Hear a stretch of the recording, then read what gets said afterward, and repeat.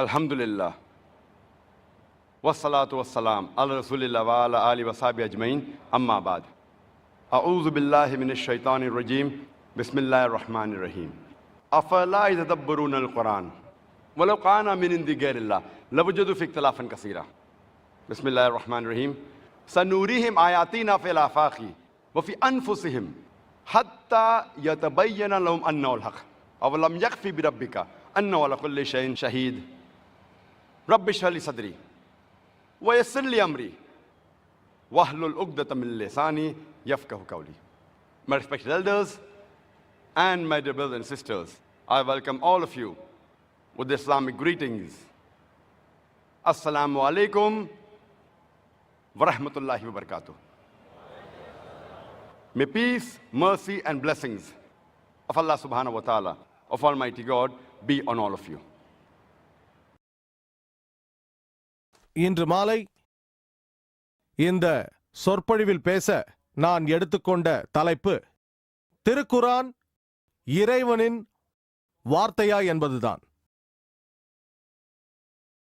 இஸ்லாம் ஒரு புதிய மார்க்கம் என்று மக்களிடையே ஒரு தவறான கருத்து நிலவி வருகிறது. 1400 ஆண்டுகளுக்கு முன்பாகத்தான் வழக்கத்தில் வந்தது என்றும் முகமது நபி அவர்கள், அவருக்கு சாந்தி உண்டாகட்டும், இஸ்லாத்தின் நிறுவனர் என்றும் நினைத்துக் கொண்டிருக்கிறார்கள். ஆனால் காலம் தோன்றுவதற்கு முன்னரே இஸ்லாம் தோன்றிவிட்டது. மனிதன் இந்த பூமியில் கால் பதித்த அன்றே தோன்றிவிட்டது. மேலும் முகமது நபி அவர்கள், அவருக்கு சாந்தி உண்டாகட்டும், இந்த மார்க்கத்தின் நிறுவனர் அல்ல, மாறாக அவர் அல்லாஹ் சுப்ஹானஹு வ தஆலாவின் எல்லாம் வல்ல இறைவனின் இறுதி இறை தூதராவார். அவருக்கு அளிக்கப்பட்ட இறுதி செய்தியானதுதான் திருக்குரான். முகமது நபி அவர்களுக்கு, அவருக்கு சாந்தி உண்டாகட்டும், அவருக்கு முன்பாக வந்த அனைத்து இறை தூதர்களும் ஒரு குறிப்பிட்ட சமுதாயத்தினருக்காக அனுப்பப்பட்டார்கள். அந்த தூதர்களுக்கு வழங்கப்பட்ட செய்தியானது அந்த குறிப்பிட்ட சமுதாயத்தினரால் ஒரு குறிப்பிட்ட காலகட்டத்திற்கு பின்பற்ற வேண்டும் என்பதற்காக இருந்தது. மற்ற எல்லா வேதங்களுமே குறிப்பிட்ட சமுதாயத்தினருக்காக இருந்ததால், ஒரு குறிப்பிட்ட காலகட்டத்திற்காக இருந்ததால், முன்பாக வந்த இறை தூதர்கள் மற்றும் தீர்க்கதரிசிகள் செய்த அற்புதங்கள், உதாரணத்திற்கு கடலை இரண்டாக பிரித்தது, மரித்தோரை உயிர்த்தெழுப்பியது, இவையெல்லாம் அந்த காலகட்டத்தின் மக்களுக்காக செய்யப்பட்டவை. ஆனால் இன்று நம்மால் காலத்தில் பின்னோக்கி சென்று அந்த அற்புதங்களை பரிசீலிக்கவோ அல்லது சரிபார்க்கவோ முடியாது. ஆனால் நபி அவர்கள், அவருக்கு சாந்தி உண்டாகட்டும், அவர் இஸ்லாமியர்களுக்காகவோ அரபியர்களுக்காகவோ மட்டும் அனுப்பப்படவில்லை. திருக்குரான் சொல்கிறது, சூரா அல் அன்பியா அத்தியாயம் 21 வசனம் 107, நாம் உம்மை அகிலத்தாருக்கு ஓர் அருட்கொடையாகவே அனுப்பி உள்ளோம். அனைத்து ஜீவராசிகளுக்கும், மொத்த மனித இனத்திற்கும், இந்த உலகத்திற்கு அருட்கொடையாக அனுப்பியுள்ளோம். நபி அவர்கள், அவருக்கு சாந்தி உண்டாகட்டும், இஸ்லாமியர்களுக்காகவும் அரபியர்களுக்காகவும் மட்டும் அனுப்பப்படாத காரணத்தால், மொத்த மனித இனத்திற்கும் அனுப்பப்பட்ட காரணத்தால், இறுதி இறை தூதராக இருந்ததால், அவருக்கு வழங்கப்பட்ட அற்புதங்களுக்கு கால வரையறை கிடையாது. அவருக்கு கொடுக்கப்பட்ட அற்புதங்கள் கடந்த காலத்தில் வாழ்ந்த மக்களையும், இன்று வாழும் மக்களையும், இனி வரப்போகும் மக்களையும் திருப்திப்படுத்த வேண்டும். இறுதி இறை தூதராக இருப்பதால் அவருக்கு வழங்கப்பட்ட அற்புதங்கள் ஆனது அனைவருக்கும் திருப்தி அளிக்கும் வகையிலும், அதே நேரம் இனிவரும் காலங்களிலும் பரிசீலிக்கத்தக்கதாகவும் இருக்கின்றது. நபி அவர்கள், அவருக்கு சாந்தி உண்டாகட்டும், நூற்றுக்கணக்கான அற்புதங்களை செய்திருக்கிறார். ஆனால் அதற்கெல்லாம் அவர் முக்கியத்துவம் கொடுத்ததில்லை. முஸ்லிம்களான நாங்கள் ஒரு அற்புதத்தை குறித்து பெருமையாக பேசிக் கொண்டிருப்போம். அதுதான் புனித திருக்குரான். திருக்குரான் தான் இறைவனின் இறுதி வேதமாகும். அல்லாஹ் சுப்ஹானஹு வ தஆலாவின், எல்லாம் வல்ல இறைவனின் இறுதி இறை தூதரான நபி அவர்களுக்கு வழங்கிய இறுதி வேதமாகும். மேலும் இது எல்லா காலத்திற்கும் ஏற்ற ஒரு அற்புதமாகும். இது கடந்த கால மக்களையும், இந்த கால மக்களையும், இனி வரப்போகும் மக்களையும் திருப்தி அடைய செய்யும். இதை பரிசீலிக்கவும் சோதித்து பார்க்கவும் முடியும். அந்த காலத்திலும் சரி, இந்த காலத்திலும் சோதித்து பார்க்க முடியும். மேலும் இன்ஷா அல்லாஹ் உலகம் முடியும் வரை இதை பரிசீலிக்கவும் சோதித்து பார்க்கவும் முடியும். இந்த காரணத்தினால்தான் திருக்குரான் அற்புதத்திற்கெல்லாம் அற்புதமாக விளங்குகிறது.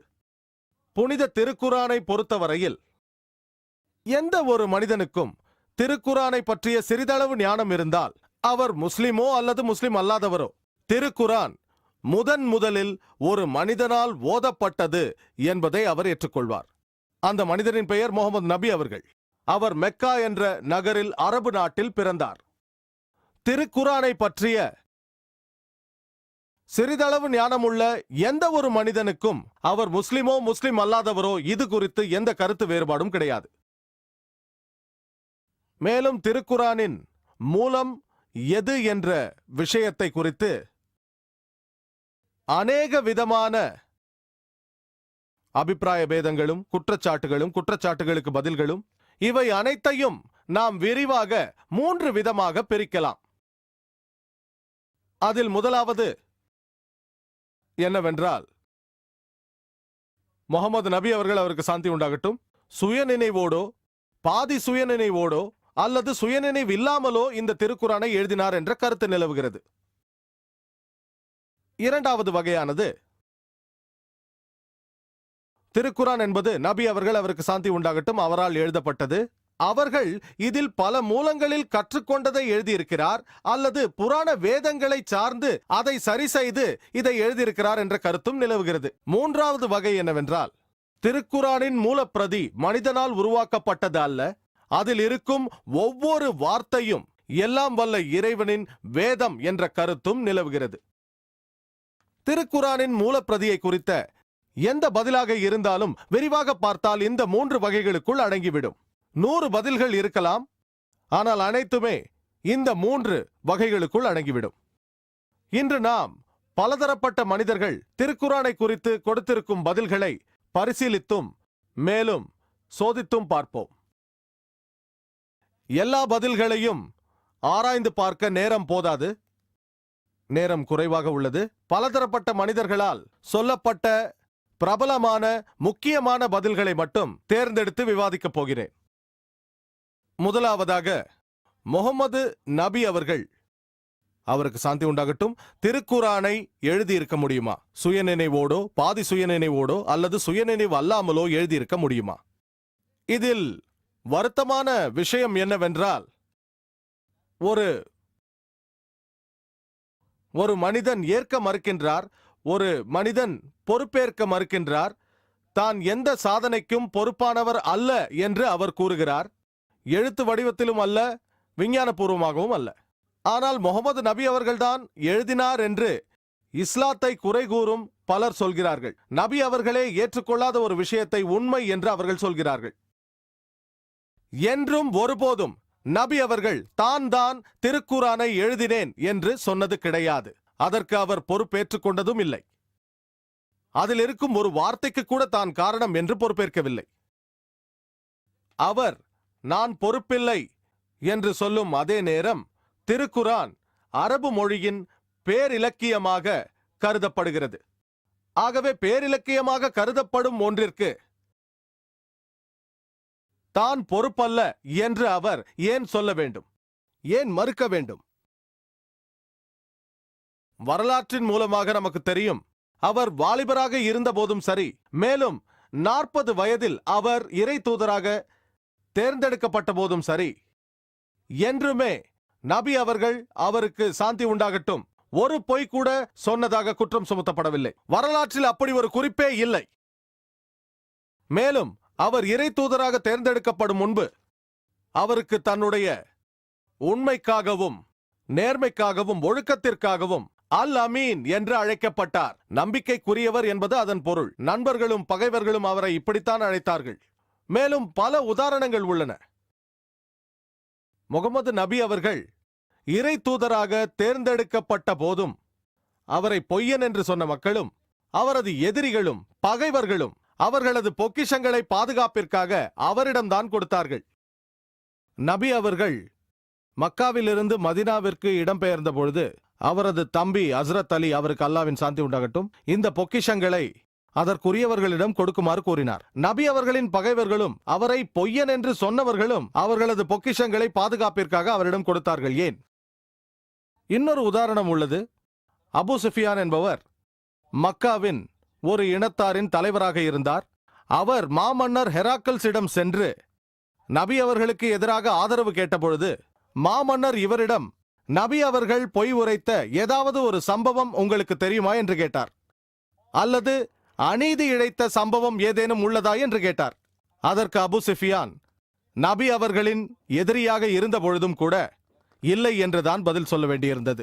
ஆகவே தனது நேர்மைக்காகவும் உண்மைக்காகவும் ஒழுக்கத்திற்காகவும் பெயர் போனவர் எப்படி பொய் உரைப்பார்? ஆகவே மேற்கத்திய அறிஞர்களும் இஸ்லாத்தின் மீது குறை கூறுபவர்களும் நபி அவர்களின் மீது எழுப்பும் குற்றச்சாட்டுகளை இப்பொழுது ஆராய்ந்து பார்ப்போம். சில முக்கியமான கருத்துக்களை குறித்து பேசுவோம். இஸ்லாத்தின் மீது குறை கூறுபவர்களின் ஒரு குற்றச்சாட்டு என்னவென்றால், நபி அவர்கள் தான் குரானை எழுதவில்லை என்று பொய் உரைத்ததாகவும், எல்லாம் வல்ல இறைவன்தான் எழுதினார் என்பது இவ்வுலக ஆதாயங்களுக்காக என்று குற்றம் சுமத்துகிறார்கள். நமக்கு தெரியும், அநேக மனிதர்கள் தங்களை தாங்களே தீர்க்கதரிசிகள் என்றும் போதகர்கள் என்றும் புனிதர்கள் என்றும் கூறிக்கொள்கிறார்கள். வசதியான வாழ்க்கையை வாழ்வதற்காக அப்படி கூறுகிறார்கள். இப்பொழுது இவ்வுலகில் இவ்வாறு ஆயிரக்கணக்கான உதாரணங்கள் உள்ளன. ஆனால் நாம் நபி அவர்களின் வாழ்க்கை முறையை பார்த்தோமேயானால், நபி அவர்கள் இறை தூதராக தேர்ந்தெடுக்கப்படுவதற்கு முன்பு அதைவிடவும் வசதியான வாழ்க்கையை வாழ்ந்து வந்தார். 25 வயதில் ஒரு வசதியான பெண்ணுடன் அவருக்கு திருமணமானது. அவரது பெயர் கத்தீஜா, அல்லாவின் சாந்தி அவருக்கு உண்டாகட்டும். இறை தூதராக தேர்ந்தெடுக்கப்பட்ட பின்பு அவரது வாழ்க்கையை பார்த்து யாரும் பொறாமைப்பட முடியாது. ஆதாயங்களுக்காக என்றால் அவரது வாழ்க்கை வசதியாக இருந்திருக்க வேண்டுமே. இன்று போதகர்கள், புனிதர்கள், தீர்க்கதரிசிகள் என்று சொல்பவர்களின் வாழ்க்கையை பார்க்கிறோம் அல்லவா? மேலும் ஹதீதுகளில் அநேக இடங்களில் எழுதப்பட்டுள்ளது. அதில் ஒன்று அந்நவவியால் எழுதப்பட்டது. ரியாழு சாலஹின் ஹதீது எண் 492. அவரது மனைவியருள் ஒருவரான ஆயிஷா, அவருக்கு அல்லாவின் சாந்தி உண்டாகட்டும், அவர் கூறினார், வீட்டில் அடுப்பு பற்ற வைக்க முடியாத பல நாட்களை பார்த்திருக்கிறோம் என்று கூறினார். ஓரிரு மாதங்கள் கூட, அதற்கு அர்த்தம் ஓரிரு மாதங்களுக்கு கூட உணவு சமைக்க முடியாமல் இருந்ததாம். பல நாட்களுக்கு பேரிச்சம்பழமும் தண்ணியும் குடித்து காலத்தை தள்ளி இருக்கிறார்கள். சில சமயங்களில் அண்டை வீட்டார்கள் கொடுத்த பால் கிடைக்குமாம். இது போன்ற அநேக சம்பவங்கள் உள்ளன. இது குறித்து குரானில் ஆயத்தும் உள்ளது. அவரது வாழ்க்கை முறை மிகவும் எளிமையானது. அவரிடம் எல்லா சக்திகளும் இருந்தது. அவர்தான் தலைவர். நினைத்திருந்தால் அரேபியாவிலேயே மிகவும் வசதியானவர் என்ற பெயரோடு வாழ்ந்திருக்கலாம். அதனால்தான் ஒரு தருணத்தில் அவரது மனைவியர்கள் எதிர்ப்பு தெரிவித்தார்கள். வசதியான ஒரு வாழ்வை வாழ நம்மிடம் வாய்ப்பு உள்ள பொழுது இப்படி ஒரு வாழ்வை ஏன் வாழ வேண்டும் என்று அவர்கள் கேட்டார்கள். உடனடியாக எல்லாம் வல்ல இறைவனிடமிருந்து ஒரு வசனம் வந்தது. சூரா அல் அஹ்ஸாபில் அத்தியாயம் 33 வசனங்கள் 28, 29. அது சொல்கிறது, ஓ நபியே, உம்முடைய மனைவியருக்கு சொல்வீராக, நீங்கள் இவ்வுலக வாழ்க்கையையும் அதன் அலங்காரத்தையும் விரும்புகிறவர்களாயிருந்தால் நீங்கள் வாருங்கள், நான் உங்களுக்கு பொருட்களையும் கொடுத்து அழகிய விடுதலையாக நான் உங்களுக்கு விடுதலை தந்து விடுகிறேன். ஆனால் உங்களுக்கு மறுமை வாழ்வு குறித்து அக்கறை இருந்தால் மகத்தான கூலி மறுமை வாழ்வில் கிடைக்கும். அவருடைய மனைவியர் ஆட்சேபித்தார்கள், நாம் ஏன் இவ்வளவு எளிமையான வாழ்வை வாழ வேண்டும்? குறைந்தபட்சம் இதைவிட சிறந்த வாழ்வை நம்மால் வாழ முடியுமே என்றார்கள். உடனடியாக இந்த வசனம் வந்தது. அதன் பிறகு நபி அவர்களின் மனைவியர் அவரிடம் மன்னிப்பு கோரினார்கள். இவ்வுலகை விட மறுமை வாழ்வு சிறந்தது என்று ஏற்றுக்கொண்டார்கள். ரியாழு சாலிஹின் ஹதீதில் மேலும் உதாரணங்கள் உள்ளது. ஹதீத் எண் 465, 66. பிலால், அவருக்கு அல்லாவின் சாந்தி உண்டாகட்டும், கூறுகிறார்கள், நபி அவர்களுக்கு பரிசு பொருட்கள் கிடைத்த பொழுதெல்லாம் அதை அவர் தனக்கென்று வைத்துக் கொள்ளவில்லை, எதிர்காலத்திற்காக சேமித்தும் வைக்கவில்லை, ஏழைகளுக்கு கொடுத்து விட்டார். மேலும் இதே திருக்குரானில் சொல்லப்பட்டுள்ளது. சூரா அல் பக்ராவில் அத்தியாயம் 2 வசனம் 79. ஃபவைலுல் லில்லஸீன யக்துபூன الكتاب بأيديهم ثم يقولون هذا من عند الله ليشتروا به ثمنا قليلا فويل لهم مما كتبت أيديهم وويل لهم مما يكسبون. தங்களது கைகளால் புத்தகங்களை எழுதி அதற்கு ஒரு அற்ப தொகையை பெறும் நோக்கத்தில் இது அல்லாவின் புறத்திலிருந்து வந்தது என்பவர்களுக்கு கேடு உண்டாகட்டுமாக. அவர்களது கரங்கள் எழுதியதற்காகவும் அவர்கள் சம்பாதித்தவற்றிலும் கேடு ஏற்படட்டுமாக.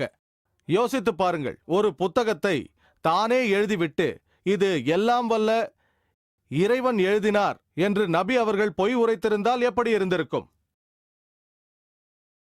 ஒரு நாள் உண்மை வெளிவர அதிகமான வாய்ப்பு உள்ளது. அவர் எழுதிய புத்தகத்தில் அவரே அவருக்கு சாபம் கொடுப்பது போல் ஆகியிருக்கும். தங்கள் கரங்களால் எழுதிவிட்டு அல்லாவின் புறத்திலிருந்து வந்துள்ளது என்று கூறுபவர்களுக்கு கேடு ஏற்படட்டுமாக என்று அவரே கூறியிருக்கிறார். திருக்குரானை எழுதிவிட்டு எல்லாம் வல்ல இறைவன் எழுதினார் என்று பொய் உரைத்திருந்தால் இப்படி ஒரு வசனத்தை அவர் எழுதியிருப்பாரா?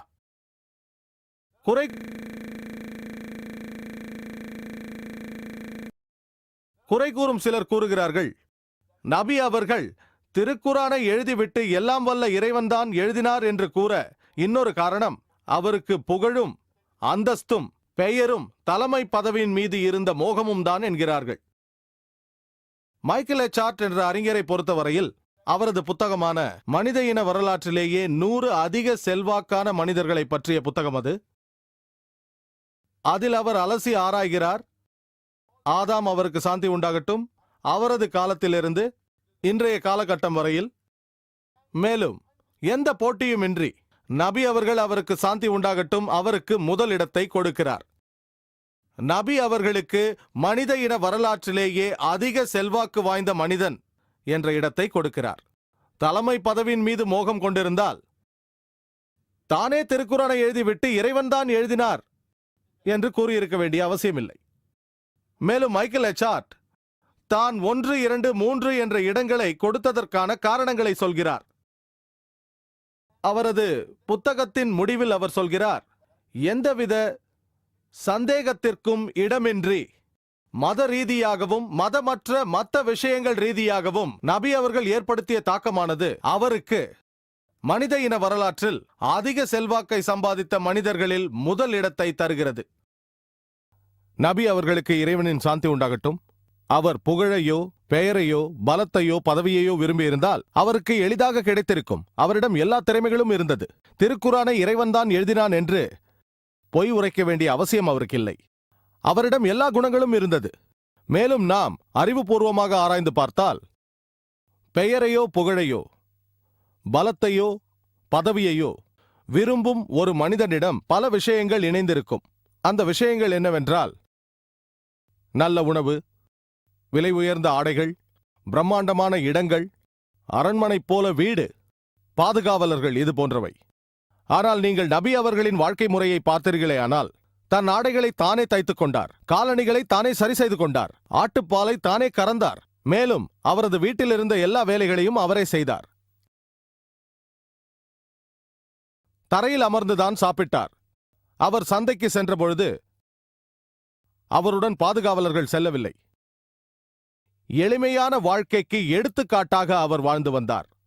மேலும் யாராவது அவருக்கு அழைப்பு விடுத்தால் அவர்கள் ஏழைகளாக இருந்தாலும் சரி அந்த அழைப்பை அவர் ஏற்றுக்கொண்டார். அவர்கள் கொடுத்ததை அவர் மறுக்காமல் சாப்பிட்டார். எந்த அளவுக்கு எளிமையாக இருந்தார் என்றால் அவரது எதிரிகளும் அவரை குறித்து ஒரு விஷயத்தை கூறினார்கள். திருக்குரானில் அது குறித்து உள்ளது. சூரா தௌபாவில் அத்தியாயம் 9 வசனம் 61, ஓ, இவர் அனைவருக்கும் செவி சாய்க்கிறார். அவரது எதிரிகள் கோபம் கொண்டார்கள். என்ன மாதிரி மனிதர் இவர்? அனைவருக்கும் செவி சாய்க்கின்றாரே, ஏழைகளுக்கும் செவி சாய்க்கின்றார். மேலும் வரலாற்றில் பதிவு செய்யப்பட்டுள்ள அநேக நிகழ்வுகள் உள்ளன. ஹதீதுகளிலும் சொல்லப்பட்டுள்ளது. இது போன்ற ஒரு நிகழ்வின் போது ஆதிக்க வெறி கொண்ட அரபு குறைஷியர்களின் தலைவனான உத்பா என்றவன் நபி அவர்களிடத்தில் வந்து, நாங்கள் அரபு நாட்டின் அனைத்து செல்வங்களையும் உம்மிடம் கொடுத்து உங்களை செல்வந்தராக்குகின்றோம். உங்களை தலைவராகவும் வேண்டுமென்றால் மன்னராக கூட ஆக்குகின்றோம். ஆனால் நீங்கள் செய்ய வேண்டியது ஒன்று மட்டும்தான். அது என்னவென்றால், ஒரு இறைவன் தான் இருக்கின்றான் என்ற செய்தியை பரப்புவதிலிருந்து நிறுத்திக் கொள்ள வேண்டும். தலைவராக வேண்டும், மன்னராக வேண்டும் என்று நபி அவர்கள் ஆசைப்பட்டிருந்தால் எளிதாக இந்த நிபந்தனையை ஏற்றுக்கொண்டிருக்கலாம். இது போன்ற பல உதாரணங்கள் இருக்கின்றன. மேலும் அரபு குறைஷியர்கள் நபி அவர்களின் உறவினர் அபு தாலிபிடம் சொன்னார்கள், மனித சகோதரத்துவ கோட்பாடு ஒரு இறைவன்தான், இது போன்ற செய்திகளை பரப்புவதை நிறுத்த சொல்லுங்கள் என்றார்கள். அதற்கு நபி அவர்கள் சொன்னார், ஒருவேளை அவர்கள் சூரியனை எனது வலது கையில் வைத்தாலும் சந்திரனை இடது கையில் வைத்தாலும் நான் உயிரோடு இருக்கின்ற நாள் வரை இந்த செய்தியை பரப்புவதிலிருந்து நிறுத்தவே மாட்டேன் என்றார். அனைத்தும் அல்லாவின் நாட்டப்படியே நடக்கும் என்றார். ஒரு சமயத்தில் அவரது மகன் இப்ராஹிம் இறந்து போனார். அன்றைய நாள் சூரிய கிரகணமும் நிகழ்ந்தது. உடனடியாக அங்கிருந்த மக்கள் இது இறைவனிடத்திலிருந்து வந்த அடையாளம் என்றார்கள். நபி அவர்கள், அவருக்கு சாந்தி உண்டாகட்டும், அவரது மகன் இறந்துவிட்ட காரணத்தினால் அந்த சூரியன் துக்கம் கொண்டாடுகிறது என்று அந்த மக்கள் சொன்னார்கள். உடனடியாக நபி அவர்கள் பதிலளித்தார். அவர்களுக்கு பதிலாக அவர் சொன்னார், சூரியனும் சந்திரனும் அல்லாஹ் சுப்ஹானஹு வ தஆலாவின் அடையாளங்கள்தான். ஆனால் எந்த ஒரு மனிதனின் பிறப்பிற்காகவோ இறப்பிற்காகவோ கிரகணம் உண்டாவதில்லை என்றார்.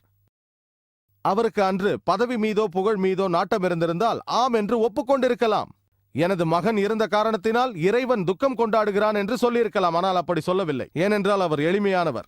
குறை கூறும் சிலர் சொல்கிறார்கள், நபி அவர்களுக்கு சாந்தி உண்டாகட்டும், நவுத்பில்லா, திருக்குரானை இறைவன்தான் எழுதினான் என்று சொல்வதற்கு காரணம் அரபு மக்களை ஒன்றிணைக்கவே என்று சொல்கிறார்கள். இது அரபு இனத்தின் ஐக்கியம் மற்றும் விடுதலை கோட்பாடு என்ற பெயரால் அறியப்பட்டது. விமர்சகர்கள் கூறிய பல குற்றச்சாட்டுகளில் இதுவும் ஒன்று.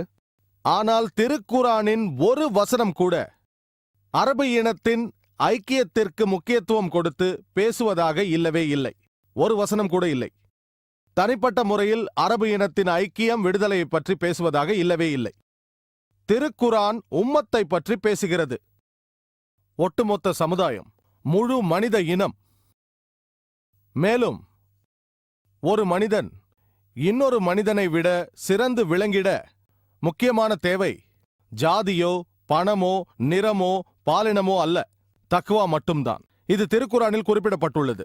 சூரா அல் ஹுஜ்ராத்தில் அத்தியாயம் 49 வசனம் 13 அல்லாஹ் சொல்கிறான், யா அய்யுஹன் நாசு இன்ன கலக்னாகும் மின் ஸக்ரின் வ உன்ஸா வ ஜஅல்னாகும் ஷுஊபன் வ கபாயில லிதாரஃபு இன்ன கரமக்கும் இன்தல்லாஹி யத்காக்கும் இன்னல்லாஹு அலீமுன் கபீர்.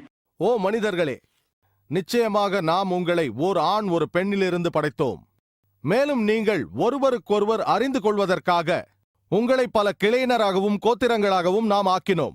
நிச்சயமாக அல்லாஹ்விடத்தில் உங்களில் கண்ணியம் பெற்றவர் உங்களில் பயபக்தி உள்ளவர்தாம் என்று அந்த வசனம் சொல்கிறது. அல்லாஹ்வின் பார்வையில் ஒரு விவகாரத்தில் தீர்ப்பு வழங்குவதற்கான நெறிமுறையில் இனமோ நிறமோ பாலினமோ பணமோ இடம்பெறாது. மாறாக தக்வா, இறை அச்சம், இறையியல் சிந்தனை இவைதான் இடம்பெறும். இந்த கருத்தை வலியுறுத்தும் வகையில் திருக்குரானில் ஏராளமான வசனங்கள் உள்ளன. ஒரு விஷயத்தில் உண்மையை நிலைநாட்ட உறவுகளுக்கு எதிராக செல்ல வேண்டி வந்தாலும் அது சரியே என்கிறது. தந்தைக்கும் மகனுக்கும் இடையே கருத்து வேறுபாடு ஏற்படலாம், கணவனுக்கும் மனைவிக்கும் இடையே ஏற்படலாம், உறவினர்களுக்கிடையே ஏற்படலாம். நீங்கள் உண்மைக்காக போராடினால் அல்லாஹ் சொல்கிறான், சூரா தௌபா அத்தியாயம் 9 வசனம் 24, குல் இன் கான ஆபாவுக்கும், உங்களின் தந்தையரும் வ அப்னாவுக்கும், உங்களின் பிள்ளைகளும், வ இக்வானுக்கும், உங்களுடைய சகோதரர்களும், வ அஸ்வாஜுக்கும், உங்களுடைய மனைவியரும், வ அஷீரத்துக்கும், உங்களுடைய குடும்பத்தினரும், வ அம்வாலுன் இக்தரஃப் வ திஜாரத்துன் தக்ஷவுன கஸாதா வ மசாகினுன் தர்ஸவுனஹா, நீங்கள் சம்பாதித்த செல்வமும், நீங்கள் செய்கின்ற தொழிலும், நீங்கள் வாழுகின்ற வீடும். அல்லாஹ் சொல்கிறான், இந்த 8 விஷயங்களை நீங்கள் அதிகமாக நேசித்தால் உங்கள் தந்தை, உங்கள் பிள்ளை, உங்கள் சகோதரர்கள், உங்கள் மனைவியர், உங்கள் குடும்பத்தினர், நீங்கள் செய்து கொண்டிருக்கும் தொழில், நீங்கள் வாழுகின்ற வீடு, நீங்கள் சம்பாதித்த செல்வம், இவை அனைத்தையும் அஹப்ப இலைக்கும் மினல்லாஹி வ ரசூலிஹி வ ஜிஹாதின் ஃபீ சபீலிஹி, இவை அனைத்தையும் அல்லாஹ்வையும் அவனது ரசூலையும் அவனது நெறிமுறைகளையும் விட அதிகமாக நேசித்தால் அல்லாஹ் சொல்கிறான், ஹத்தா யக்தி அல்லாஹு பிஅம்ரி வல்லாஹு லா யஹ்தில் கௌமல் ஃபாஸிகீன். அல்லாஹ் அவனுடைய வேதனையை கொண்டு வருவதை எதிர்பார்த்திருங்கள். அல்லாஹ் உங்களுக்கு அழிவை கொண்டு வருவதை எதிர்பார்த்திருங்கள். ஏனென்றால் அல்லாஹ் பாவிகளை நேர்வழிப்படுத்த மாட்டான். நபி அவர்கள் அரபு மக்களை ஒருங்கிணைக்க நினைத்திருந்தால் இது போன்ற ஒரு வசனத்தை திருக்குரானில் ஏன் சொல்ல வேண்டும்? மேலும் திருக்குரானில் சூரா ஆல இம்ரான் அத்தியாயம் 3 வசனம் 103, வஅதஸிமு பிஹப்லில்லாஹி ஜமீஅ வலா தஃபர்ரகு, அனைவரும் அல்லாஹ்வின் கயிற்றை பலமாக பிடித்துக் கொள்ளுங்கள், பிரிந்து விடாதீர்கள் என்கிறது. இங்கு நபி அவர்கள் நம்பிக்கையாளர்களின் ஒற்றுமையை குறித்து பேசியிருக்கிறார்கள். அரபு மக்களின் ஒற்றுமையை குறித்து மட்டும் அவர் பேசவில்லை. அரபு மக்களை ஒருங்கிணைக்க நினைத்திருந்தால் அவர் தலைமை பொறுப்பை ஏற்றுக்கொண்டு தலைவராகவோ மன்னராகவோ பொறுப்பேற்று அவர்களை ஒருங்கிணைத்திருக்கலாம். ஆனால் திருக்குரானில் இந்த கோட்பாட்டிற்கு எதிரான வசனங்கள் தான் உள்ளன. மேலும் திருக்குரானில் சூரா ஆல இம்ரானில் அத்தியாயம் 3 வசனம் 43 சொல்லப்பட்டிருக்கிறது, وإذ قالت الملائكة يا مريم மரியமே, நிச்சயமாக அல்லாஹ் உன்னை தேர்ந்தெடுத்திருக்கின்றான். إن الله اصطفاك وطهرك. அல்லாஹ் மரியம் என்ற அந்த பெண்மணியை மிக தூய்மையானவராக ஆக்கி மனித இனத்தின் அனைத்து பெண்ணினத்திற்கும் தலைவியாக ஆக்கிவிட்டார். கற்பனை செய்து பாருங்கள், திருக்குரான் சொல்கிறது, இயேசு கிறிஸ்து அவருக்கு சாந்தி உண்டாகட்டும், அவருடைய தாயாரான மரியாள் யூத குலத்தை சேர்ந்தவர். அந்த பெண்மணியை மனித குலத்தின் அனைத்து பெண்ணினத்திற்கும் தலைவி என்று குறிப்பிட்டிருக்கிறார்.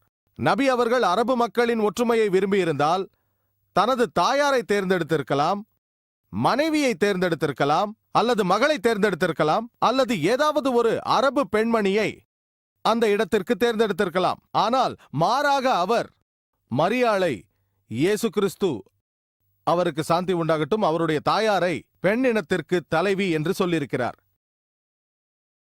அதற்கான காரணத்தை அடுத்த வசனத்திலேயே சொல்லியிருக்கிறார். சூரா ஆல இம்ரான் அத்தியாயம் 3 வசனம் 45, இது எல்லாம் வல்ல இறைவனிடமிருந்து வந்த ஒரு அறிவிப்பு என்று அவர் சொன்னார். அவருக்கு வேறு வழி இல்லை.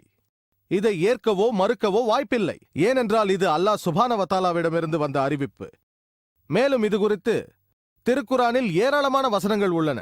அதில் ஒரு வசனம்தான் சூரா அல் பக்ரா அத்தியாயம் 2 வசனம் 47, இஸ்ரேல் சந்ததியினரே, நான் உங்கள் மீது பொழிந்துள்ள அருட்கொடையை நினைவு கூர்ந்து பாருங்கள். இது போன்ற ஏராளமான வசனங்கள் உள்ளன. ஒருவேளை நபி அவர்கள் நவுத்பில்லா திருக்குரானின் ஆசிரியராக இருந்திருந்தால் திருக்குரானில் இது போன்ற வசனங்கள் எப்படி இடம்பெற்றிருக்கும்?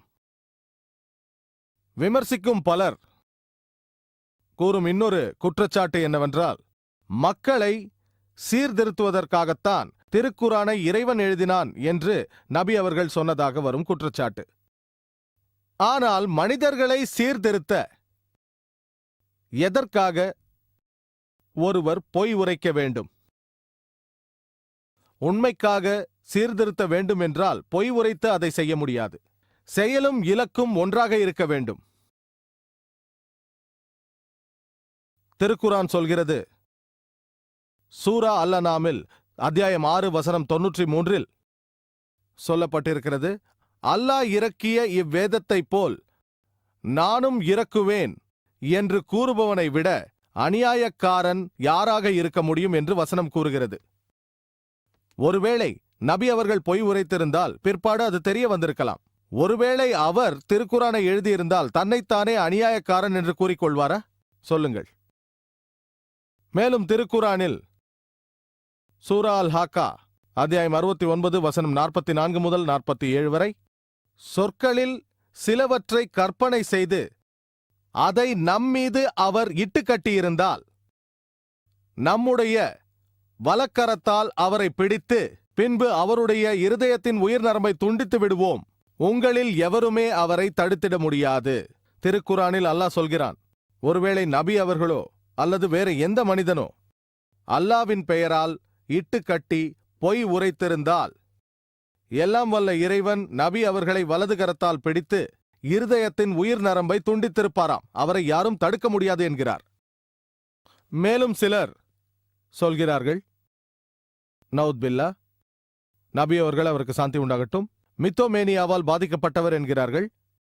இது ஒரு விதமான மனநோய். தாமே ஒரு பொய்யை சொல்லிவிட்டு அதை உண்மை என்று நம்பத் துவங்குவார்கள். மித்தோமேனியாக் என்ற மனிதன் தானே ஒரு பொய் சொல்லிவிட்டு அதை உண்மை என்று நம்புவான். மனநோய் மருத்துவர் அந்த நபருக்கு மேலும் பல உண்மைகளை கூறி குணப்படுத்த முயற்சிப்பார். ஒருவேளை அந்த நபர் நான் ஒரு மகாராஜா என்று கூறினால் அந்த மருத்துவர் அவரிடம் நீ பைத்தியம் என்று சொல்ல மாட்டார். மாறாக அந்த மருத்துவர் நீ மகாராஜாவா, அப்பொழுது மகாராணி எங்கே என்று கூறியவுடன் அந்த நோயாளி மகாராணி தாய் வீட்டிற்கு போயிருப்பதாக கூறுவார். மந்திரி எங்கே என்று கேட்டால் இறந்து விட்டார் என்பார். பாதுகாவலர்கள் எங்கே? இப்படி பல கேள்விகளை கேட்டுக்கொண்டே இருந்தால் இறுதியில் அவர் நான் மகாராஜா அல்ல என்று ஏற்றுக்கொள்வார். நீங்கள் திருக்குரானை ஆராய்ந்தால் அதில் அநேக உண்மைகளை பற்றி கூறப்பட்டிருக்கிறது, அநேக உண்மைகள் மற்றும் வரலாற்று சம்பவங்களை பற்றி. ஆகவே திருக்குரான் இது போன்ற நோயாளிகளுக்கு ஒரு மருந்து. மித்தோமேனியாக்கால் எழுதப்பட்ட புத்தகம் அல்ல, நவுதுபில்லா. மேலும் சில விமர்சகர்கள் சொல்கிறார்கள், ஆன்மீக மாயை என்ற கோட்பாட்டின் மீது நம்பிக்கை வைத்திருக்கிறார்கள். அவர்கள் சொல்வது, நபி அவர்கள், அவருக்கு சாந்தி உண்டாகட்டும், திருக்குரானை தன் சொந்த அறிவாலும் அனுபவத்தாலும் எழுதினார் என்கிறார்கள். பலவிதமான சம்பவங்களையும் சுற்றுச்சூழலையும் பார்த்து தான் எழுதினோம் என்று தெரியாமலே எழுதிவிட்டார் என்கிறார்கள். சிலர் நபி அவர்களை நவுத் பில்லா ஒரு பைத்தியக்காரன் என்கிறார்கள். இப்பைத்தியக்காரனானவன் திடமாகவும் சரியாகவும் சீரான மனநிலையோடு 22.5 ஆண்டுகளுக்கு இருக்க முடியாது. திருக்குரான் ஒரே அடியாக ஒரே நாளில் வெளிப்படுத்தப்படவில்லை, ஒரே சமயத்திலும் இல்லை. அது முற்றும் பெறுவதற்கு 22.5 ஆண்டுகள் ஆயின. மாயையில் சிக்கித் தவிக்கும் எந்த ஒரு மனிதனாலும் சீரான மனநிலையோடு 22.5 ஆண்டுகளுக்கு இருக்க முடியாது. மேலும் பல சம்பவங்கள், உதாரணத்திற்கு சூரா அல் காஃப் அத்தியாயம் 18 வசனம் 22, நபி அவர்களிடத்தில் மக்கள் குகைவாசிகளை பற்றி கேள்வி கேட்டார்கள், துல்கர்னைனை பற்றி கேட்டார்கள். அதற்கு அவர், நான் நாளை பதில் தருகிறேன் என்றார். ஆனால் நபி அவர்களால் அடுத்த நாளும் பதில் சொல்ல முடியவில்லை. இப்படியாக தொடர்ந்து 15 நாட்கள் கடந்து விட்டன. அதன் பிறகுதான் இந்த வசனம் இறங்கியது. சூரா அல் காஃப் அத்தியாயம் 18 வசனம் 23, 24. எதையும் நாளை நான் சொல்வேன் என்று சொல்லாதீர்கள், இன்ஷா அல்லாஹ் இறைவன் நாட்டப்படி என்று சேர்த்து சொல்லுங்கள். யோசித்து பாருங்கள், 15 நாட்களுக்கு நபி அவர்கள் வருத்தத்தோடு இருந்தார். ஏன் வசனம் இறங்கவில்லை என்று வருந்தினார். பிறகு இறைவன் வசனத்தை இறக்கினான். இன்ஷா அல்லாஹ் இறைவனின் நாட்டப்படி என்று சொல்லாமல் நாளை சொல்வேன் என்று சொல்லாதீர்கள்.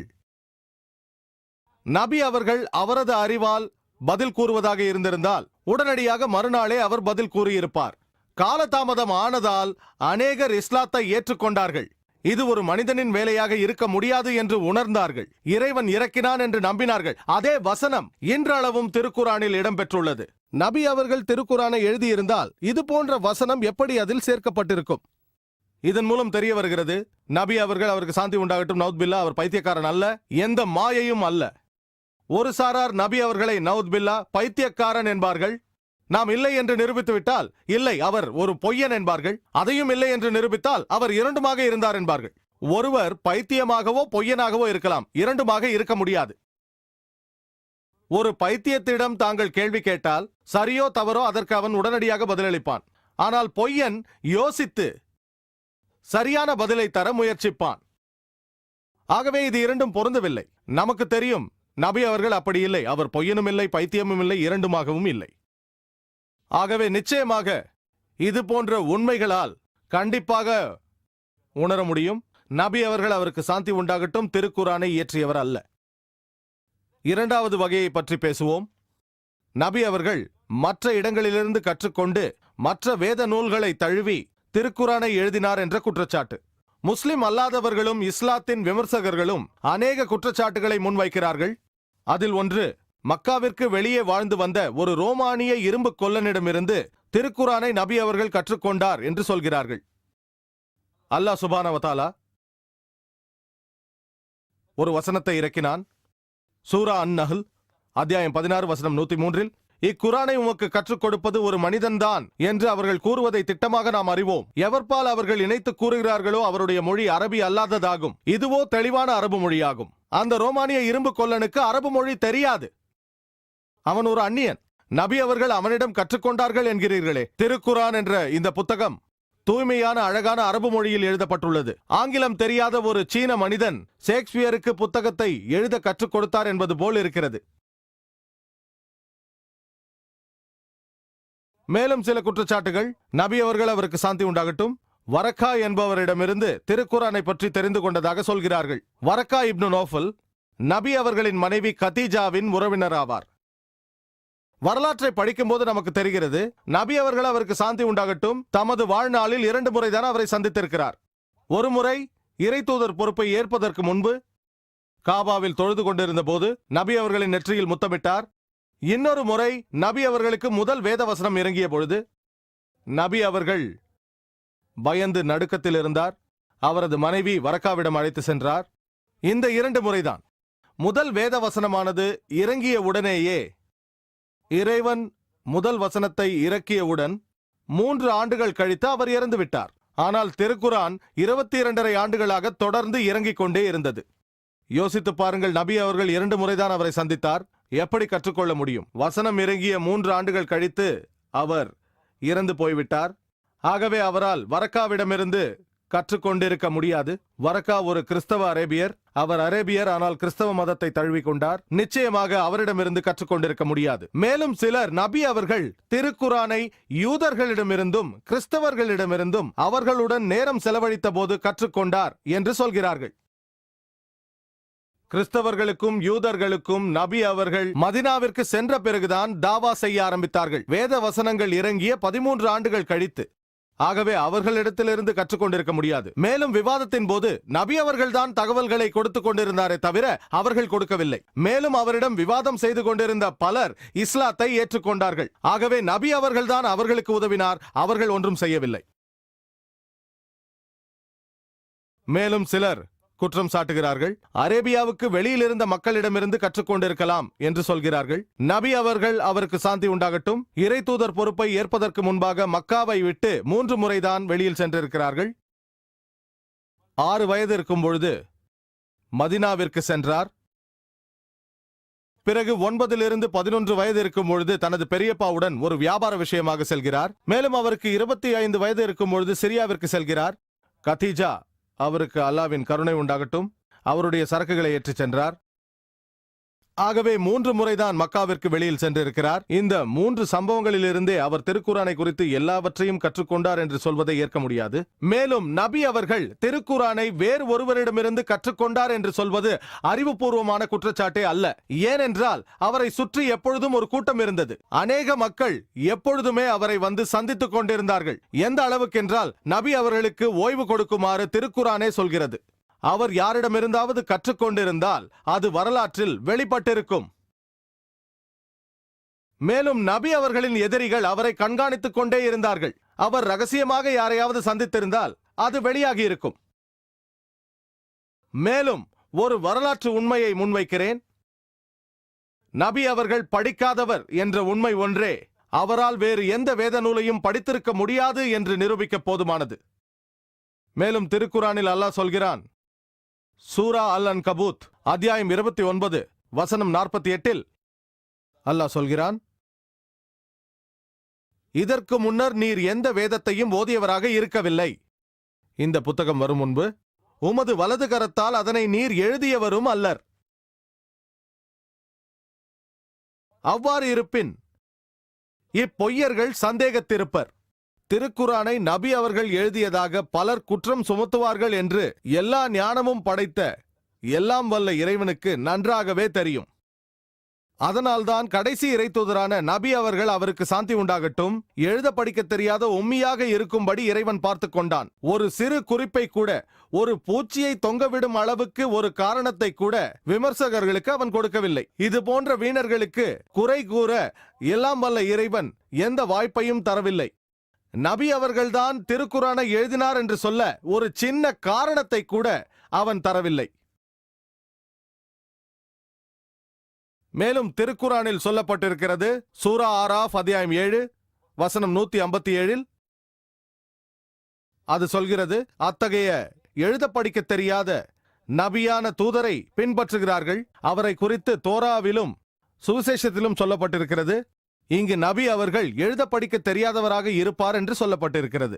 மேலும் பழைய ஏற்பாட்டிலும் சரி, புதிய ஏற்பாட்டிலும் சரி, வேதாகமத்தில் நபி அவர்களை குறித்து அநேக இடங்களில் முன்னறிவிப்பு செய்யப்பட்டுள்ளது. ஏசாயா புத்தகத்தில் தெளிவாக சொல்லப்பட்டிருக்கிறது. அதிகாரம் 29 வசனம் 12 அதாவது, வாசிக்க தெரியாதவனிடத்தில் புத்தகத்தை கொடுத்து நீ இதை வாசி என்றால் அவன் எனக்கு வாசிக்க தெரியாது என்பான். நபி அவர்களுக்கு முதல் இறை செய்தியான வஹி வந்த பொழுது இதே போலத்தான் நிகழ்ந்தது. வானவர் ஜிப்ரீல் அலி இஸ்லாம் இக்ரா ஓது என்ற பொழுது நபி அவர்கள் மா அன பிகாரி, எனக்கு ஓத தெரியாது என்றார். ஆகவே நிச்சயமாக எழுத படிக்க தெரியாத நபி அவர்கள் யாரிடத்திலிருந்தும் திருக்குரானை காப்பி அடித்திருக்க முடியாது. இன்று வரலாறு நமக்கு சொல்கிறது. அதாவது வேதாகமத்தின் முதல் அரபு மொழிபெயர்ப்பு, அரபு மொழியில் மொழிபெயர்க்கப்பட்ட வேதாகமமானது நபி அவர்கள் வாழ்ந்த காலத்தில் இருக்கவில்லை. பழைய ஏற்பாட்டின் முதல் மொழிபெயர்ப்பை ஆர் செட்யோன் கியாஸ் என்பவர் எழுதினார். கிபி 900ஆம் ஆண்டில் எழுதினார். அதாவது நபி அவர்கள் மரணித்து 250 ஆண்டுகளுக்கும் மேலானது. அரபு மொழியில் முதல் புதிய ஏற்பாட்டின் பதிப்பு கிபி 1616இல் இர்பேரியஸ் என்பவரால் மொழிபெயர்க்கப்பட்டு எழுதப்பட்டது. அதாவது நபி அவர்கள் மரணித்து 1000 ஆண்டுகளுக்கு பிறகு. ஆகவே வேதாகமத்திலிருந்து எப்படி காப்பி அடித்திருக்க முடியும்? ஏனென்றால் அநேகர் சொல்கிறார்கள் நபி அவர்கள் நவுத்பில்லா வேதாகமத்திலிருந்து காப்பி அடித்து திருக்குரானை எழுதினார் என்கிறார்கள். திருக்குரானிற்கும் வேதாகமத்திற்கும் நிறைய ஒற்றுமைகள் இருக்கிறது என்று நாம் ஒற்றுக்கொள்கிறோம். திருக்குரானிற்கும் வேதாகமத்திற்கும் ஒற்றுமை இருப்பதால் மட்டும் திருக்குரான் வேதாகமத்திலிருந்து காப்பி அடிக்கப்பட்டதாக ஆகிவிடாது. இவ்விரு நூல்களின் மூலம் ஒன்றாக இருக்க வாய்ப்பிருக்கிறது. எல்லா இறை செய்திகளின் மூலமும் ஒரே உண்மையான எல்லாம் வல்ல இறைவன்தான் என்று நாம் அறிவோம். ஒருவேளை மாணவர் ஏ ஒரு பரீட்சையில் அறிவியல் புத்தகத்திலிருந்து காப்பி அடிக்கிறார் என்று வைத்துக் கொள்வோம். மாணவர் பியும் அதே புத்தகத்திலிருந்து காப்பி அடிக்கிறார். அதனால் ஏவிடமிருந்து பியோ பியிடமிருந்து ஏவோ காப்பி எடுத்ததாக ஆகிவிடாது. இருவருமே உண்மையான மூலம் அறிவியல் புத்தகத்திலிருந்து காப்பி எடுத்திருக்கிறார்கள். அதே போல் அனைத்து இறை செய்திகளின் மூலமும் எல்லாம் வல்ல இறைவன் மட்டும்தான். மேலும் யாராவது ஒருவர் மற்றொருவர் இடத்திலிருந்து காப்பி அடித்தால் தான் யாரிடமிருந்து காப்பி அடித்தாரோ அந்த நபரின் பெயரை எழுத மாட்டார். திருக்குரான் இறை தூதர் இயேசு கிறிஸ்து அவர்களுக்கு மதிப்பும் மரியாதையும் தருகிறது. வேதாகமத்திலிருந்து காப்பி அடித்திருந்தால் இயேசு கிறிஸ்துவிற்கு மரியாதை தர வேண்டிய அவசியம் இல்லையே. பக்கத்தில் இருப்பவரிடமிருந்து காப்பி அடித்தால் என் பக்கத்தில் இருப்பவர் சிறந்த அறிவாளி, அறிவியல் ஞானம் உள்ளவர் என்றெல்லாம் எழுத மாட்டோம். ஆகவே நபி அவர்கள் வேதாகமத்திலிருந்து காப்பி அடித்திருந்தால் எதற்காக அவர் மோசே, இயேசு கிறிஸ்து அவருக்கு சாந்தி உண்டாகட்டும் அவர்களுக்கெல்லாம் மரியாதை தர வேண்டும்? ஒரே மாதிரியான குறிப்புகள் இருப்பதனால் வேதாகமத்திலிருந்து திருக்குரான் காப்பி அடிக்கப்பட்டது என்று நாம் சொன்னால், பழைய ஏற்பாட்டிற்கும் புதிய ஏற்பாட்டிற்கும் நிறைய ஒற்றுமைகள் இருப்பதனால் இயேசு கிறிஸ்து நவுத்பில்லா பழைய ஏற்பாட்டிலிருந்து காப்பி அடித்தார் என்று சொல்ல முடியுமா? இரண்டிற்கும் ஒரே மூலம் இருப்பதுதான் காரணம் என்றும் அது எல்லாம் வல்ல இறைவன்தான் என்றும் நாம் அனைவரும் அறிவோம். நம் எல்லோருக்கும் தெரியும், திருக்குரானில் 4 வேதங்களை பற்றி கூறப்பட்டுள்ளது. தோரா, ஜபூர், இஞ்சில் மற்றும் குரான். தோரா என்ற வகி இறை செய்தி மோசே அவருக்கு சாந்தி உண்டாகட்டும் அவருக்கு வழங்கப்பட்டது. ஜபூர் என்ற இறை செய்தி தாவீது அவருக்கு சாந்தி உண்டாகட்டும் அவருக்கு வழங்கப்பட்டது. இஞ்சில் என்ற இறை செய்தி இயேசு கிறிஸ்து அவருக்கு சாந்தி உண்டாகட்டும் வழங்கப்பட்டது. கடைசி இறை செய்தியான திருக்குரான் கடைசி இறை தூதரான நபி அவர்களுக்கு சாந்தி உண்டாகட்டும் அவருக்கு வழங்கப்பட்டது. திருக்குரானுக்கு முன்பாக வந்த அனைத்து இறை செய்திகளும் அனைத்து வசனங்களும் தூய்மையான வடிவத்தில் இல்லாமல் குழப்பப்பட்டு கலங்கப்பட்டு மாற்றப்பட்டு இருக்கும் போதிலும் இந்த வசனங்களின் அநேக பகுதிகளில் இன்றும் நாம் ஒற்றுமையை காண முடியும். நீங்கள் எது சரி என்று தெரிந்து கொள்ள வேண்டும் என்றால் நீங்கள் ஃபுர்கான் திருக்குரானிலிருந்து சரிபார்க்க வேண்டும். திருக்குரானில் சொல்லப்பட்டிருந்தால் அந்த வசனத்தின் அந்த பகுதியானது இறைவனுடைய வார்த்தை என்று நாம் தெரிந்து கொள்ளலாம். அநேக மனிதர்களுக்கு திருக்குரான் வேதாகமம் பற்றிய ஞானம் இருக்காது. ஆகவே எது சரி என்று அவர்கள் எப்படி தெரிந்து கொள்ள முடியும்? எது காப்பி அடிக்கப்பட்டது என்று எப்படி தெரிந்து கொள்ள முடியும்? இதை சோதிக்க அறிவியல் தான் சிறந்த வழி. இவ்விரண்டையும் அறிவியலை வைத்து நாம் சோதித்து பார்க்கும் பொழுது வெண்ணெய் எது சுண்ணாம்பு எது என்ற வித்தியாசம் தெரியும். மேலோட்டமாக படித்தால் வேதாகமமும் திருக்குரானும் ஒன்று போலத்தான் தோன்றும். ஆனால் நாம் அதை ஆராய்ந்து அலசி பார்த்தால் வெண்ணெய்க்கும் சுண்ணாம்பிற்கும் இடையே உள்ள வித்தியாசம் தெரியும். நாம் வேதாகமத்தை படித்தால் அதன் முதல் புத்தகமான ஆதியாகமம் அதிகாரம் 1 எல்லாம் வல்ல இறைவன் வானங்களையும் பூமியையும் 6 நாட்களில் படைத்தான் என்று சொல்லப்பட்டிருக்கிறது. இந்த 6 நாட்கள் 24 மணி நேரங்களை கொண்டது வேதாகமத்தில் சொல்லப்பட்டிருக்கிறது. திருக்குரானிலும் இந்த பிரபஞ்சத்தின் படைப்பை பற்றி சொல்லப்பட்டிருக்கிறது. அதில் எல்லாம் வல்ல இறைவன் வானங்களையும் பூமியையும் 6 ஐயாம்களில் படைத்தான் என்று சொல்லப்பட்டிருக்கிறது. ஐயாம் யோம் என்ற சொல்லின் பன்மையாகும். யோம் 24 மணி நேரங்களை உள்ளடக்கிய ஒரு நாளை குறிப்பிடும். இந்த சொல்லின் இன்னொரு அர்த்தம் என்னவென்றால் ஒரு நீண்ட காலம், ஒரு யுகத்தை குறிக்கும். இன்று விஞ்ஞானிகள் நமது பிரபஞ்சத்தை படைக்க பல 1000 கோடி ஆண்டுகள் பிடித்தன என்று சொல்கிறார்கள். ஆகவே 24 மணி நேரங்களை கொண்ட 6 நாட்களில் படைக்கப்பட்டது என்று சொல்வது தவறு. ஆனால் 6 ஐயாம்களில் படைக்கப்பட்டது என்று திருக்குரானில் சொல்லப்பட்டிருப்பதை விஞ்ஞானிகள் யாரும் எதிர்க்கவில்லை. 6 நீண்ட காலங்கள் 24 மணி நேரம் என்று அதில் குறிப்பிடப்படவில்லை. மேலும்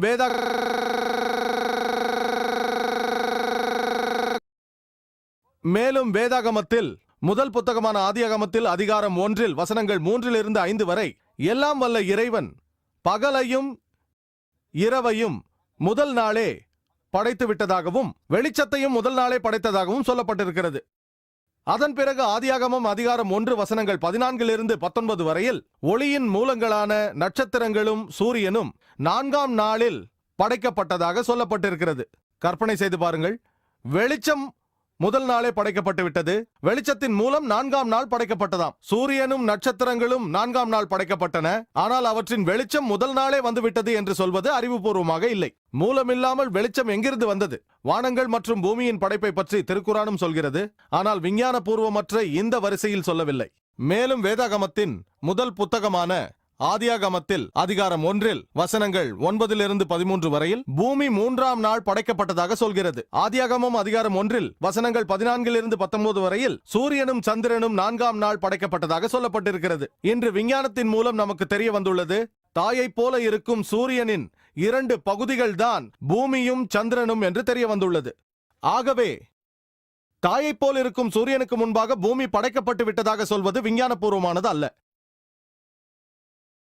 திருக்குரானும் கூட சூரியனும் சந்திரனும் வானங்களும் பூமியும் படைக்கப்பட்டதை பற்றி சொல்கிறது, ஆனால் எல்லாம் ஒரே நேரத்தில் படைக்கப்பட்டதாக சொல்கிறது. யோசித்து பாருங்கள், நபி அவர்கள் வேதாகமத்திலிருந்து காப்பி அடித்து வரிசையை மட்டும் மாற்றிவிட்டாரா? ஒரே நேரத்தில் படைக்கப்பட்டது என்று சொல்லிவிட்டாரா? மேலும் வேதாகமத்தில் ஆதியாகமம் அதிகாரம் 1 வசனங்கள் 9 13 வரை சொல்லப்பட்டிருக்கிறது, எல்லாம் வல்ல இறைவன் புல் பூண்டையும் தாவரங்களையும் 3ஆம் நாள் படைத்தார் என்று. ஆதியாகமம் அதிகாரம் 1 வசனங்கள் 14 19 சூரியன் 4ஆம் நாள் படைக்கப்பட்டதாக சொல்லப்பட்டிருக்கிறது. விஞ்ஞான பூர்வமாக இது சாத்தியமல்ல. தாவரங்கள் சூரிய ஒளி இல்லாமல் எப்படி உயிர் வாழும்? முற்றிலும் விஞ்ஞான பூர்வம் அற்றது. மேலும் வேதாகமம் சொல்கிறது, ஆதியாகமம் அதிகாரம் 1 வசனம் 16 எல்லாம் வல்ல இறைவன் 2 பெரிய ஒளிப்பிழம்பை படைத்தான் என்று. அதில் பெரியதாகிய சூரியன் பகலிலும் சிறியதான சந்திரன் இரவிலும் ஒளிரும் என்று சொல்லப்பட்டிருக்கிறது. இதன் மூலம் சூரியனும் சந்திரனும் தமது சொந்த சுயமான ஒளியையே கொண்டுள்ளன என்ற கருத்தை முன்வைக்கின்றது. ஆகவே சந்திரனின் ஒளி அதன் சொந்த ஒளி என்று வேதாகமம் சொல்கிறது. ஆனால் திருக்குரான் சொல்கிறது, சூரா ஃபுர்கான் அத்தியாயம் 25 வசனம் 61 சந்திரனின் வெளிச்சம் சொந்த வெளிச்சம் அல்ல, பிரதிபலிப்பு வெளிச்சம் என்று. யோசித்து பாருங்கள், நபி அவர்கள் வேதாகமத்திலிருந்து காப்பி அடித்து சொந்த வெளிச்சம் அல்ல பிரதிபலிப்பு வெளிச்சம் என்று சரி செய்தாரா? மனிதனுக்கு இது சாத்தியமல்ல.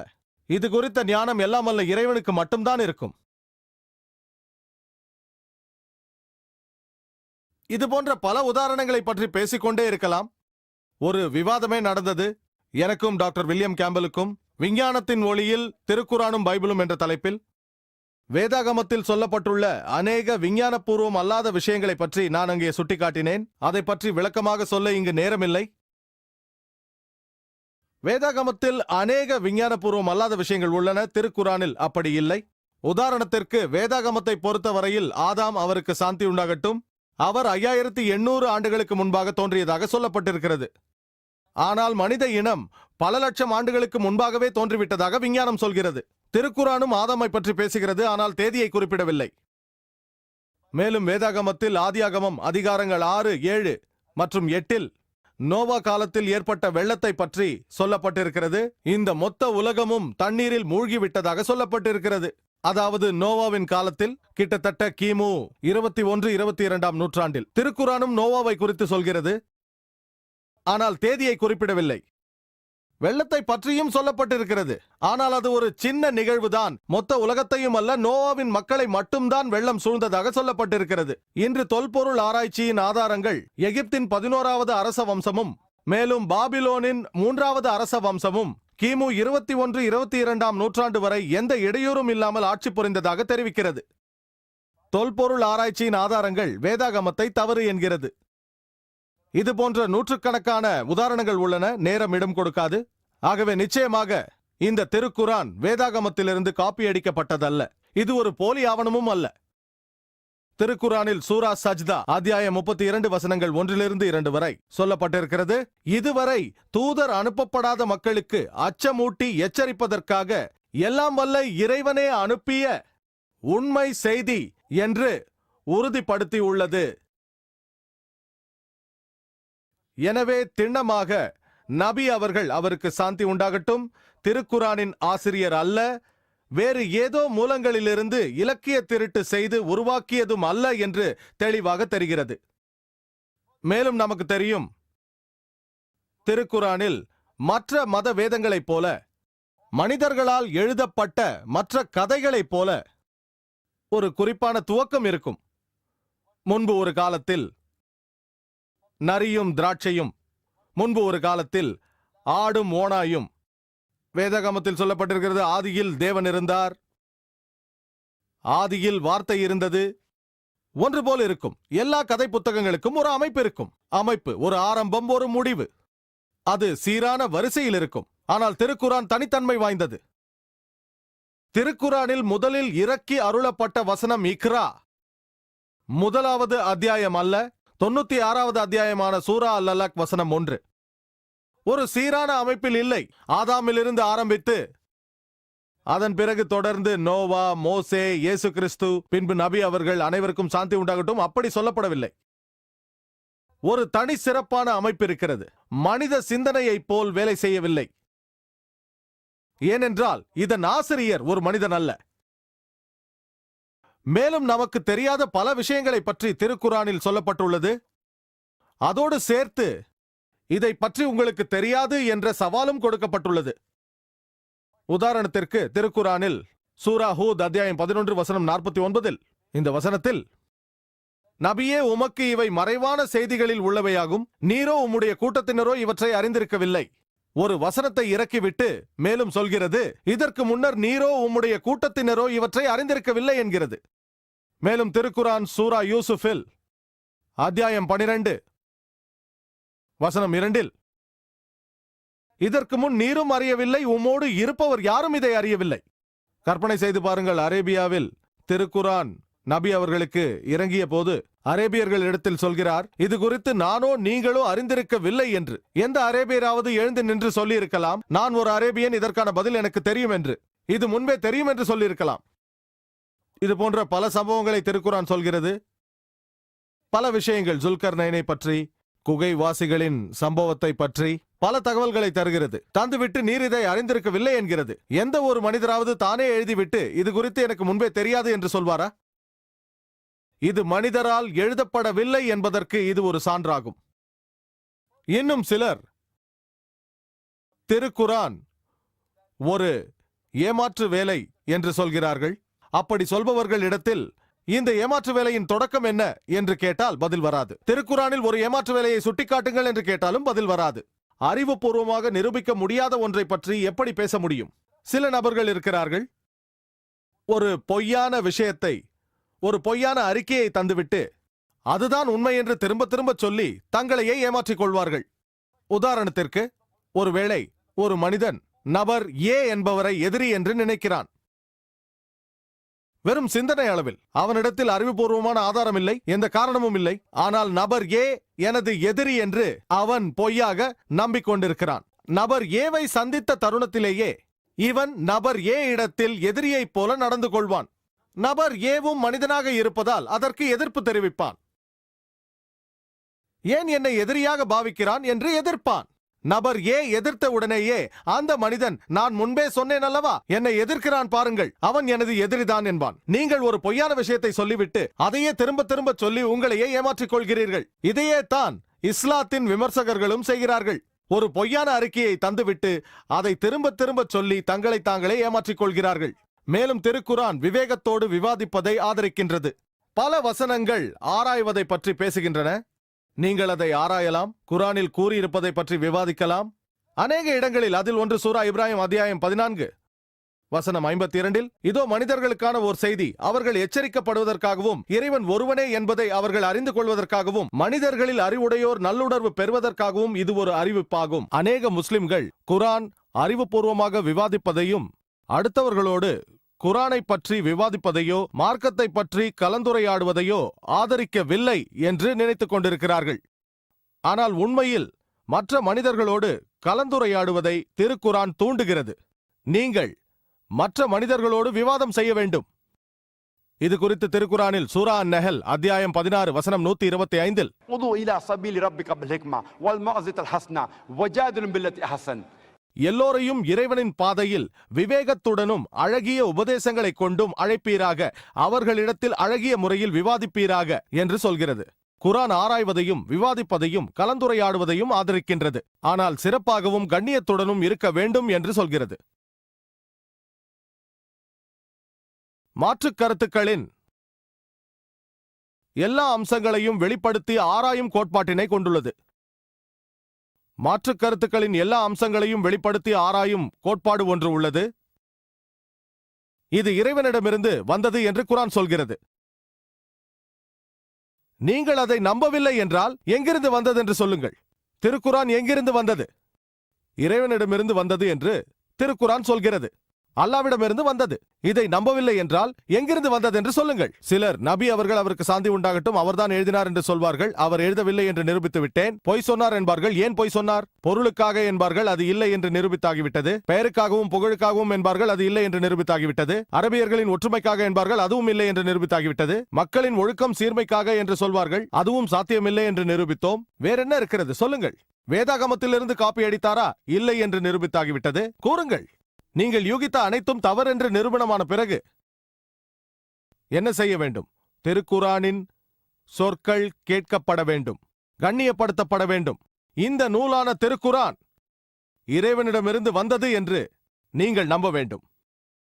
இந்த நூல் அல்லாஹ் சுப்ஹானஹு வ தஆலாவால் அருளப்பட்டது என்று திருக்குரானில் பல இடங்களில் சொல்லப்பட்டிருக்கிறது. அதில் ஒன்று சூரா அல் ஜாசியா அத்தியாயம் 45 வசனம் 1 2 வரை. அது சொல்கிறது, ஹா மீம் தன்சீலுல் கிதாபு மினல்லாஹி அஸீஸுல் ஹகீம். அதாவது ஹாமீம், இந்த நூல் இந்த அண்டங்களின் அதிபதியான அறிவும் ஆற்றலும் மிக்க இறைவனிடமிருந்து அருளப்பட்டது என்பதாக. திருக்குரான் மேலும் பல இடங்களிலும் இந்த நூல் எல்லாம் வல்ல இறைவனுடையது என்று கூறுகிறது. சூரா அல்-அன்ஆம் அத்தியாயம் 6 வசனம் 19, சூரா அல்-அன்ஆம் அத்தியாயம் 6 வசனம் 93, மேலும் சூரா யூசுப் அத்தியாயம் 12 வசனங்கள் 1 மற்றும் 2, சூரா தாஹா அத்தியாயம் 20 வசனம் 113, மேலும் இது குறித்து சூரா சஜ்தா அத்தியாயம் 32 வசனங்கள் 1-3 வரை, மேலும் சூரா யாசீன் அத்தியாயம் 36 வசனம் 1-3 வரை, சூரா ஜுமர் அத்தியாயம் 39 வசனம் 1, மேலும் சூரா காஃபிர் அத்தியாயம் 40 வசனம் 2, மேலும் இது குறித்து சூரா அல் ஜாஷியா அத்தியாயம் 45 வசனம் 2, மேலும் சூரா ரஹ்மான் அத்தியாயம் 55 வசனம் 1-2 வரையிலும், மேலும் இது குறித்து சூரா இன்சான் அத்தியாயம் 76 வசனம் 23, இந்த வசனங்கள் மூலம் பேரொளி பொருந்திய குரான் தூய்மை மிக்க அல்லாவை தவிர வேறு யாரிடமிருந்தும் வரவில்லை என்பதை தெளிவுபடுத்துகிறது. இதுதான் மாற்றுக் கருத்துக்களை வெளிப்படுத்தும் கோட்பாடு என்பது. உங்களிடம் இருப்பதை கொடுத்து விவாதித்து பாருங்கள். நீங்கள் அறிவுபூர்வமாக நிரூபிக்க தவறினால் எழுதப்பட்டதை நீங்கள் ஏற்க வேண்டும். விஞ்ஞானிகளை பொறுத்தவரையில் அவர்கள் வித்தியாசமான தத்துவங்களை கொண்டவர்கள், வித்தியாசமான அணுகுமுறை உடையவர்கள். அந்த அணுகுமுறை என்பது தவறை ஆராயும் பரிசோதனை. விஞ்ஞானிகள் எப்பொழுதும் பிஸியாக இருப்பார்கள். புதிய கருத்துக்கள் வந்து கொண்டே இருக்கும். அதை அலசி ஆராய அவர்களுக்கு நேரம் இருப்பதில்லை. உங்களிடத்தில் ஏதாவது கருத்து இருந்தால் அந்த கருத்து தவறானது என்று நிரூபிக்கும் வழியை எங்களுக்கு முதலில் கூறுங்கள் என்பார்கள். நீங்கள் புது கோட்பாடோடு சென்றால் முதலில் அந்த கோட்பாடு தவறு என்று நிரூபிக்கும் வழியை எங்களுக்கு காட்டுங்கள் என்று சொல்வார்கள். 20ஆம் நூற்றாண்டின் ஆரம்பத்தில் ஆல்பர்ட் ஐன்ஸ்டீன் சில கோட்பாடுகளை உலகின் முன்வைத்தார். பிரபஞ்சம் எப்படி இயங்குகிறது என்று சொன்னார். அதோடு அவரது கருத்தோட்டம் தவறு என்று நிரூபிக்க 3 வழிகளையும் சுட்டிக்காட்டினார். விஞ்ஞானிகள் அதை 6 ஆண்டுகளாக ஆராய்ந்து பிறகு சரி என்று ஒப்புக்கொண்டார்கள். இப்போது யாராவது தவறு காணும் பரிசோதனையை தருவதானால் அது கேட்க தகுதியானதாகிறது. அதற்காக அந்த மனிதன் உயர்ந்தவன், அவரது பணி மகத்தானது என்றாகிவிடாது. அவரது கருத்து சரியாகவோ தவறாகவோ இருக்கலாம். ஆனால் தவறை கண்டறியும் பரிசோதனைக்கு வழி செய்துவிட்டால் அவரது கூற்று கவனத்திற்குரியது. இத்தகைய பரிசோதனைகள் குரானில் எண்ணற்ற இடங்களில் காணப்படுகின்றன. திருக்குரானை தவறு என்று நிரூபிக்க விரும்பினால் மிக எளிது. அதை முயற்சி செய்து பாருங்கள். மிக எளிது. இது போன்ற பரிசோதனைகளில் சில அந்த காலத்திற்கு மட்டுமே உரியது, குரான் அருளப்பட்ட காலத்திற்கு. சில பரிசோதனைகள் இந்த காலத்திற்கு பொருத்தமானது. சில பரிசோதனைகள் யுக முடிவு நாள் வரை பொருந்தும்.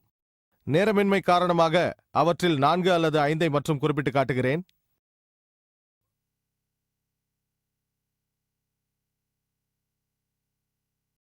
ஒரு மிகச்சிறந்த உதாரணம் அபுல் அஹபின் கதையாகும். அபுல் அஹப் நபி அவர்களின் சிறிய தந்தையாவார். அபுல் அஹப் என்பது அவருக்கு அளிக்கப்பட்ட பட்டப்பெயர்தான். எரிதழலின் தந்தை என்பது அதற்கு பொருள். அவர் நபி அவர்களின் கடுமையான எதிரிகளில் ஒருவராவார். இறை தூதர் யாரோடும் பேசிக் கொண்டிருப்பதை கண்டால் அவர் காத்திருப்பார். இறை தூதர் அந்த இடத்தை விட்டு நகர்ந்ததும் அந்த மனிதரிடத்தில் சென்று இறை தூதர் என்ன சொன்னார் என்று கேட்பார். அவர் கருப்பு என்றால் இவர் வெள்ளை என்பார். அவர் பகல் என்று சொல்லியிருந்தால் இவர் இரவு என்பார். அவருக்கு எதிராகவே பேசுவார்.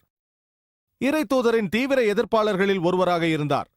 இறை தூதர் சொன்னது பொய் என்று நிரூபிக்க அவர் பல முறை பொய் கூட சொல்லியிருக்கிறார். திருக்குரானில் ஒரு அத்தியாயம் உள்ளது. அதன் பெயர் சூரா லஹப், அத்தியாயம் 111. இது நம் அனைவருக்கும் நன்றாக தெரியும். பல நேரங்களில் தொழுகையில் ஓதப்படும். இந்த அத்தியாயத்தில் அபுல் ஹப்பும் அவரது மனைவியும் நரகத்தின் நெருப்பில் சுட்டெரிக்கப்படுவார்கள் என்று சொல்லப்பட்டிருக்கிறது. சூசகமாக அவர்கள் என்றும் முஸ்லிம்களாக மாட்டார்கள், என்றும் இஸ்லாத்தை ஏற்றுக்கொள்ள மாட்டார்கள் என்று கோடிட்டு காட்டுகிறது. இந்த அத்தியாயமானது அபுல் அஹப் இறப்பதற்கு 10 ஆண்டுகளுக்கு முன்பாக இறங்கியது. இந்த காலகட்டத்தில் அபுல் அஹப் இஸ்லாத்தை தழுவி இருந்தால் திருக்குரான் தவறு என்று நிரூபணமாகியிருக்கும். உண்மையில் அவரது கூட்டாளிகளில் பலர் இந்த 10 ஆண்டு காலத்தில் இஸ்லாத்தை தழுவினார்கள். ஆனால் அபுல் அஹப் 10 ஆண்டுகளுக்கு பிறகு பதர் யுத்தத்தில் மரணமடைந்தார். இந்த 10 ஆண்டு காலமாக அவரை இஸ்லாத்தை ஏற்றுக்கொள்ளுமாறு இறை தூதர் அடிக்கடி நினைவூட்டிக் கொண்டே இருப்பார். அவர் இஸ்லாத்தை ஏற்றுக்கொண்டிருந்தால் குரான் தவறென்று நிரூபணமாகியிருக்கும். சுலபமான காரியம். அவர் சொல்ல வேண்டியதெல்லாம் ஒன்றுதான், நான் ஒரு முஸ்லிம். அவ்வளவுதான். அவர் நடவடிக்கையில் முஸ்லிமாக இருக்க தேவையில்லை, தொழுகையை கடைபிடிக்க தேவையில்லை. நான் ஒரு முஸ்லிம் என்று மட்டும் சொல்லி இருந்தால் அவ்வளவுதான். சுலபமாக திருக்குரான் தவறு என்று நிரூபணமாகியிருக்கும். சுலபமாக. அவர் இறை தூதருக்கு எதிராக பலமுறை பொய்யுரைத்திருக்கிறார். மீண்டும் ஒரு முறை பொய்யுரைத்திருந்தால் திருக்குரான் தவறு என நிரூபிக்கப்பட்டிருக்கும். ஆனால் அவரால் செய்ய இயலாது. காரணம், குரானை அருளியவன் சர்வசக்தி வாய்ந்த இறைவன். அபுல் அஹப் இஸ்லாத்தை தழுவ மாட்டார் என்று அவனுக்கு தெரியும். தவறு கண்டறியும் பரிசோதனை 10 ஆண்டுகள். இது போன்ற அநேக பரிசோதனைகள் இருக்கின்றன. திருக்குரானில் சூரா பக்ராவில் சொல்லப்பட்டுள்ளது. அத்தியாயம் 2 வசனங்கள் 94 மற்றும் 95. யூதர்களில் ஒரு பிரிவினர் முஸ்லிம்களோடு முரண்பட்டுக் கொண்டு அல்லாவின் மறுமை வீடு எங்களுக்குத்தான் என்று சொல்கிறார்கள். ஆகவே அல்லாஹ் சொல்கிறான், சூரா பக்ரா அத்தியாயம் 2 வசனங்கள் 94, 95. அல்லாவின் மறுமை வீடு அவர்களுக்கு மட்டும்தான் சொந்தம் என்று கூறினால் அவர்களை மரணத்திற்கு அழையுங்கள். மறுமையில் சொர்க்கம் உங்களுக்குத்தான் என்று கூறுவதில் நீங்கள் உறுதியாக இருந்தால் மரணம் அடைய வாருங்கள். வசனம் தொடர்ந்து சொல்கிறது, அவர்கள் மரணத்தை விரும்பவே மாட்டார்கள். நிச்சயமாக குரானை தவறென்று நிரூபிக்க அந்த யூதர்கள் செய்ய வேண்டியதெல்லாம் நான் சாக தயார் என்று சொல்லியிருக்க வேண்டும். மிக சுலபம். அவர்கள் சாக வேண்டும் என்றல்ல, தற்கொலை செய்து கொள்ள வேண்டிய அவசியமும் அல்ல, வெட்டிக்கொண்டு மாய தேவையில்லை. அவர்கள் சொல்ல வேண்டியதெல்லாம் நான் சாக விரும்புகிறேன். மிக சுலபம். குரானை தவறென்று நிரூபிக்க நான் சாக விரும்புகிறேன் என்று 3 வார்த்தைகளை சொல்லியிருந்தால் தவறென்று நிரூபணமாகி இருக்கும். அல்லாஹ் தொடர்ந்து சொல்கிறான், சூரா பக்ரா அத்தியாயம் 2 வசனங்கள் 95, 96. அவர்கள் சாக விரும்ப மாட்டார்கள். இன்னும் 1000 ஆண்டுகள் அவர்களுக்கு கொடுத்தாலும் சரியே. மிக சுலபம். மிக சுலபமாக திருக்குரானை தவறு என்று நிரூபித்திருக்கலாம். இப்போது நாம் பார்த்த இந்த 2 பரிசோதனைகளும் கடந்த காலத்தை சேர்ந்தவை. இப்போது நீங்கள் என்னை கேட்கலாம், சகோதரர் ஜாகிர், குரானை தவறு என்று நிரூபிக்க விரும்புகிறேன், இன்று நான் அதை எப்படி செய்ய முடியும்? இன்று முடியுமா என்று கேட்கலாம். முடியும். அனைவருக்கும் வாய்ப்புண்டு. திருக்குரான் சூரா அல் மாய்தாவில் அல்லாஹ் சொல்கிறான், அத்தியாயம் 5 வசனம் 82. நன்னம்பிக்கையாளர்களுக்கு நெருக்கமாக இருப்பவர்களான அந்த மக்கள் நாங்கள் கிறிஸ்தவர்களாக இருக்கிறோம் என்று சொல்வார்கள். தீவிரமான எதிரிகள் யூதர்களும் இறை மறுப்பாளர்களும் என்பதாக. நன்னம்பிக்கையாளர்களுக்கு கடும் பகைவர்களாக யூதர்களும் இறை மறுப்பாளர்களும் இருப்பார்கள் என்று குரான் சொல்கிறது. நன்னம்பிக்கையாளர்களுக்கு நெருக்கமாக இருப்பவர்கள் தங்களை கிறிஸ்தவர்கள் என்று சொல்கிறார்கள். திருக்குரான் ஒட்டுமொத்தமாக பேசுகிறது. பல யூதர்கள் இஸ்லாத்தை தழுவிக் கொண்டிருக்கிறார்கள். சில யூதர்கள் கிறிஸ்தவர்களை விட மேலானவர்களாக இருக்கலாம். ஆனால் ஒட்டுமொத்தமாக திருக்குரான் சொல்கிறது, யூதர்கள் ஒட்டுமொத்தமாக முஸ்லிம்களின் எதிரிகள் என்று, கிறிஸ்தவர்கள் நெருக்கமானவர்கள் என்கிறது. திருக்குரானை தவறென்று நிரூபிக்க உலகத்தில் உள்ள அனைத்து யூதர்களும் ஒன்று சேர்ந்து திட்டமிட்டால் சில ஆண்டுகள் நாம் முஸ்லிம்களுக்கு நெருக்கமானவர்களாக இருப்போம். 2-3 ஆண்டுகள் கிறிஸ்தவர்களை விட நெருக்கமாக. திருக்குரான் தவறாகிவிடுமே. மிக சுலபம். உலகத்தில் உள்ள அனைத்து யூதர்களும் ஒன்று சேர்ந்து 3-4 ஆண்டுகளுக்கு முஸ்லிம்களுக்கு நெருக்கமாக இருந்துவிட்டு அதன் பிறகு குரானின் இந்த வசனம் சூரா மாய்தா அத்தியாயம் 5 வசனம் 82 தவறு என்று சொல்லலாம். ஒருபோதும் அப்படி செய்ய மாட்டார்கள். அப்படி செய்ய இயலாது. சுலபமான காரியம். மேலும் சில பரிசோதனைகள் இருக்கின்றன. நீங்கள் கூறலாம், நான் யூதன் அல்ல, ஆனால் திருக்குரான் தவறு என்று நிரூபிக்க விரும்புகிறேன். எப்படி முடியும் என்று கேட்கலாம். அல்லாஹ் அனைவருக்கும் வாய்ப்பளிக்கிறான். திருக்குரானில் அல்லாஹ் சொல்கிறான், சூரா இஸ்ரா அத்தியாயம் 17 வசனம் 88 அவர் மோசடி செய்து விட்டார் என்று சொல்கிறார்களா?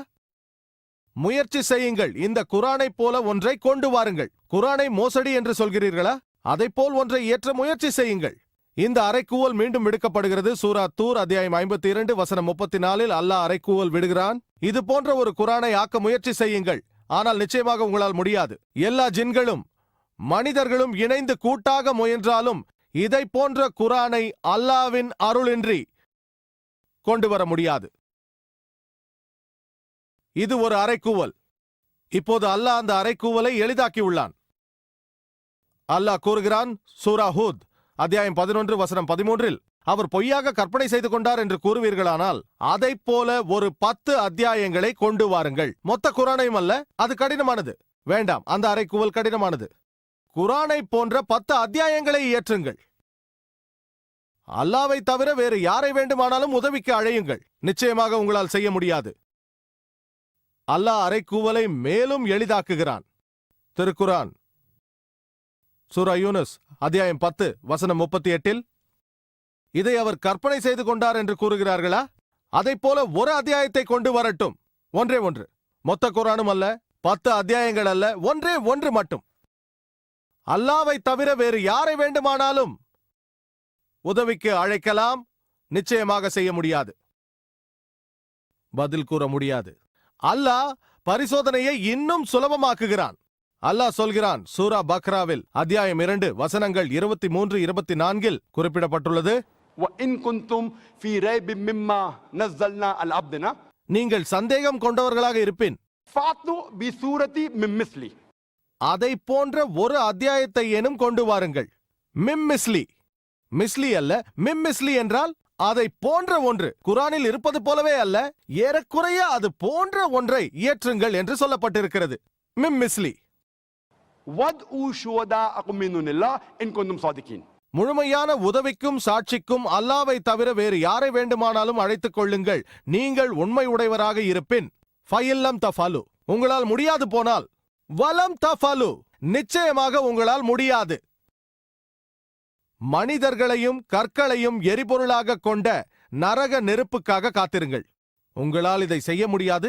நிச்சயமாக உங்களால் செய்ய முடியாது. மேலும் மனிதர்களையும் கற்களையும் எரிபொருளாக கொண்ட நரக நெருப்புக்காக காத்திருங்கள். இது ஒரு அறைக்கூவல். இதற்கு சாடையாக ஒரு அத்தியாயத்தையாவது முயற்சித்துக் கொண்டு வாருங்கள். நீங்கள் என்னை கேட்கலாம், பரீட்சை என்றால் அது இயற்கையாக அரபு மொழியில்தானே இருக்கும். சகோதரர் ஜாக்கிர், எனக்கு அரபு மொழி தெரியாது, நான் எப்படி இந்த பரீட்சையில் பங்கேற்க முடியும் என்று கேட்கலாம். பரவாயில்லை. குரான் போல ஒரு அத்தியாயம் அரபு மொழியில்தான் இருக்க வேண்டும்.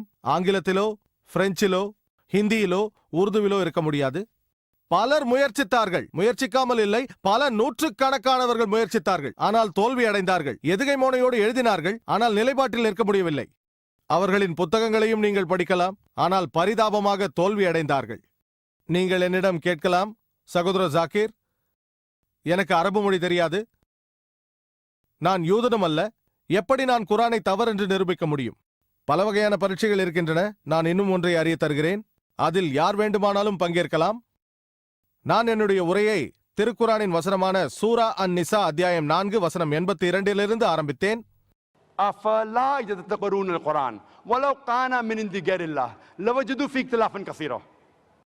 அவர்கள் இந்த குரானை கவனமாக சிந்திக்க வேண்டாமா?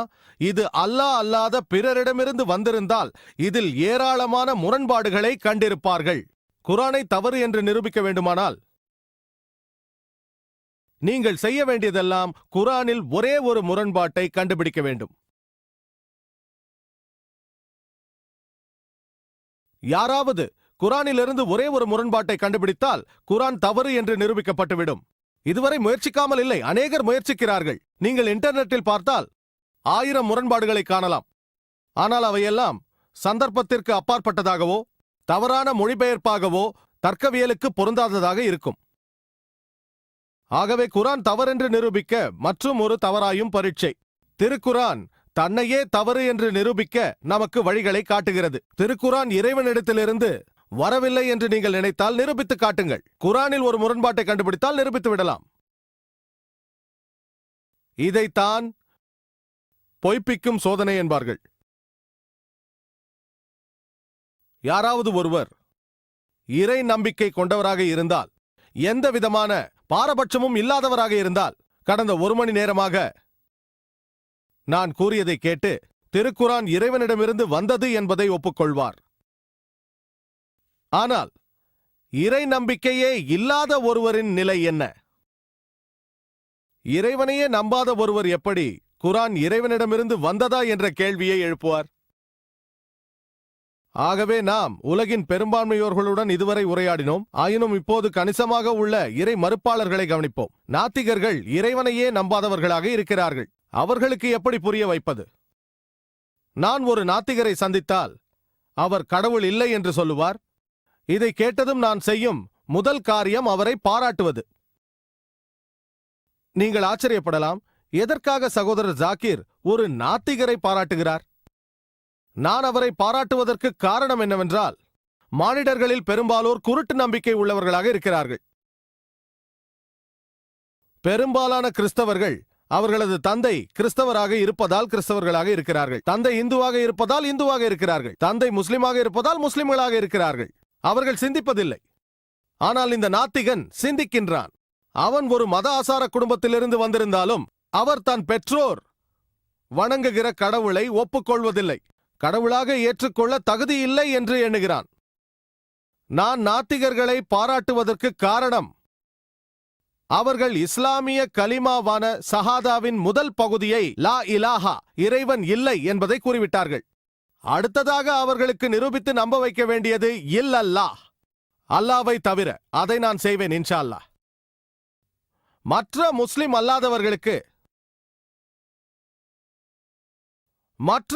அல்லாதவர்களுக்கு முதலில் அவர்கள் வணங்கும் தெய்வங்கள் பொய்யானவை என்பதை நிரூபிக்க வேண்டும். அந்த ஒரு பகுதியை நிரூபிப்பதற்கே என்னுடைய பாதி நேரம் செலவாகிவிடும். ஆனால் இங்கு என்னுடைய பாதி வேலை முடிந்துவிட்டது. லா இலாஹா நான் நிரூபிக்க வேண்டியது இல்லல்லாஹ், அதன் பிறகு முஹம்மது ரசூலுல்லாஹ் இறைவன் அல்லாதான் என்பதையும் நபி அவர்கள் அவனது இறை தூதர் என்பதையும் நிரூபிக்க வேண்டும். இப்போது இந்த நாத்திகர்கள் இறைவனை மறுப்பதற்கு அவர்களின் இறைவனை பற்றிய தவறான கோட்பாடே காரணமாகும். யாராவது என்னிடம் நான் கடவுளை நம்பவில்லை என்று சொன்னால் கடவுளுக்குரிய வரையறை என்னவென்று நான் அவரை பார்த்து கேட்பேன். ஒருவர் எதை வேண்டுமானாலும் ஏற்க மறுக்கலாம், ஆனால் அந்த பொருளின் தன்மை தெரிந்திருக்க வேண்டும். எடுத்துக்காட்டாக, இது ஒரு பேனா என்று நான் சொன்னால், நீங்கள் இதை பேனா இல்லை என்று மறுப்பதற்கு உங்களுக்கு பேனாவின் வரைவிலக்கணம் தெரிந்திருக்க வேண்டும். உங்களுக்கு பேனாவை பற்றி தெரியவில்லை என்றால் இதை பேனா இல்லை என்று சொல்ல முடியாது. தெளிவாகிவிட்டதா? நான் சொல்வதை ஏற்கிறீர்களா இல்லையா? இது பேனா என்று நான் சொன்னால், இது பேனா இல்லை என்று நீங்கள் மறுக்க உங்களுக்கு பேனாவின் வரைவிலக்கணம் தெரிந்திருக்க வேண்டும்.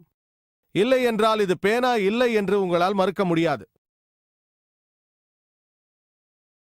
சாமர்த்தியமான மனிதர் ஒருவர் என்னிடம், இல்லை சகோதரர் ஜாகிர், இது ஒரு புத்தகம் என்று எனக்கு தெரியும். ஆகவே பேனாவின் வரைவிலக்கணம் எனக்கு தெரியவில்லை என்றாலும் இது பேனா இல்லை என்று என்னால் மறுக்க முடியும். இது ஒரு புத்தகம் என்று எனக்கு தெரியும். பேனாவின் வரைவிலக்கணத்தை தெரிந்து கொள்ள வேண்டிய அவசியம் இல்லையே என்பார். நான் சரி, இது புத்தகம் தானா என்பேன். ஆம் என்பார். நான் அவரிடம் இது ஒரு கிதாப் என்பேன். அவர் இல்லை, இது கிதாப் இல்லை என்பார். அவருக்கு புத்தகம் என்றால் என்னவென்று தெரியும், ஆனால் கிதாப் என்றால் என்னவென்று தெரியாது. கிதாப் என்றால் அரபு மொழியிலும் உருதுவிலும் புத்தகம் என்று அர்த்தம். இதை நான் பேனா என்று சொல்லும் பொழுது பேனாவின் வரைவிலக்கணத்தை தெரிந்திருக்க வேண்டியது முக்கியம், இதை பற்றி அல்ல.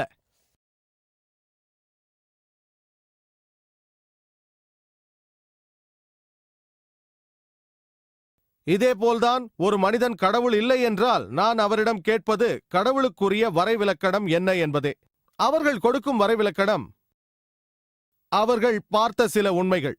கடவுள் பொய் உரைக்கலாம், கடவுள் தோற்கடிக்கப்படலாம், கடவுள் கொல்லப்படலாம், கடவுள் பொய் சொல்லுவார், கடவுள் தோற்கடிக்கப்படுவார், கடவுள் கொல்லப்படுவார், கடவுளுக்கு மரணம் உண்டு, கடவுளுக்கு உணவு தேவை என்றெல்லாம் கற்பனை கதைகளை கேட்கும்போது அந்த கடவுளை ஏற்க மறுக்கிறார்கள். அவர்கள் மறுப்பது பொய்யான கடவுள்களை, லா இலாஹா.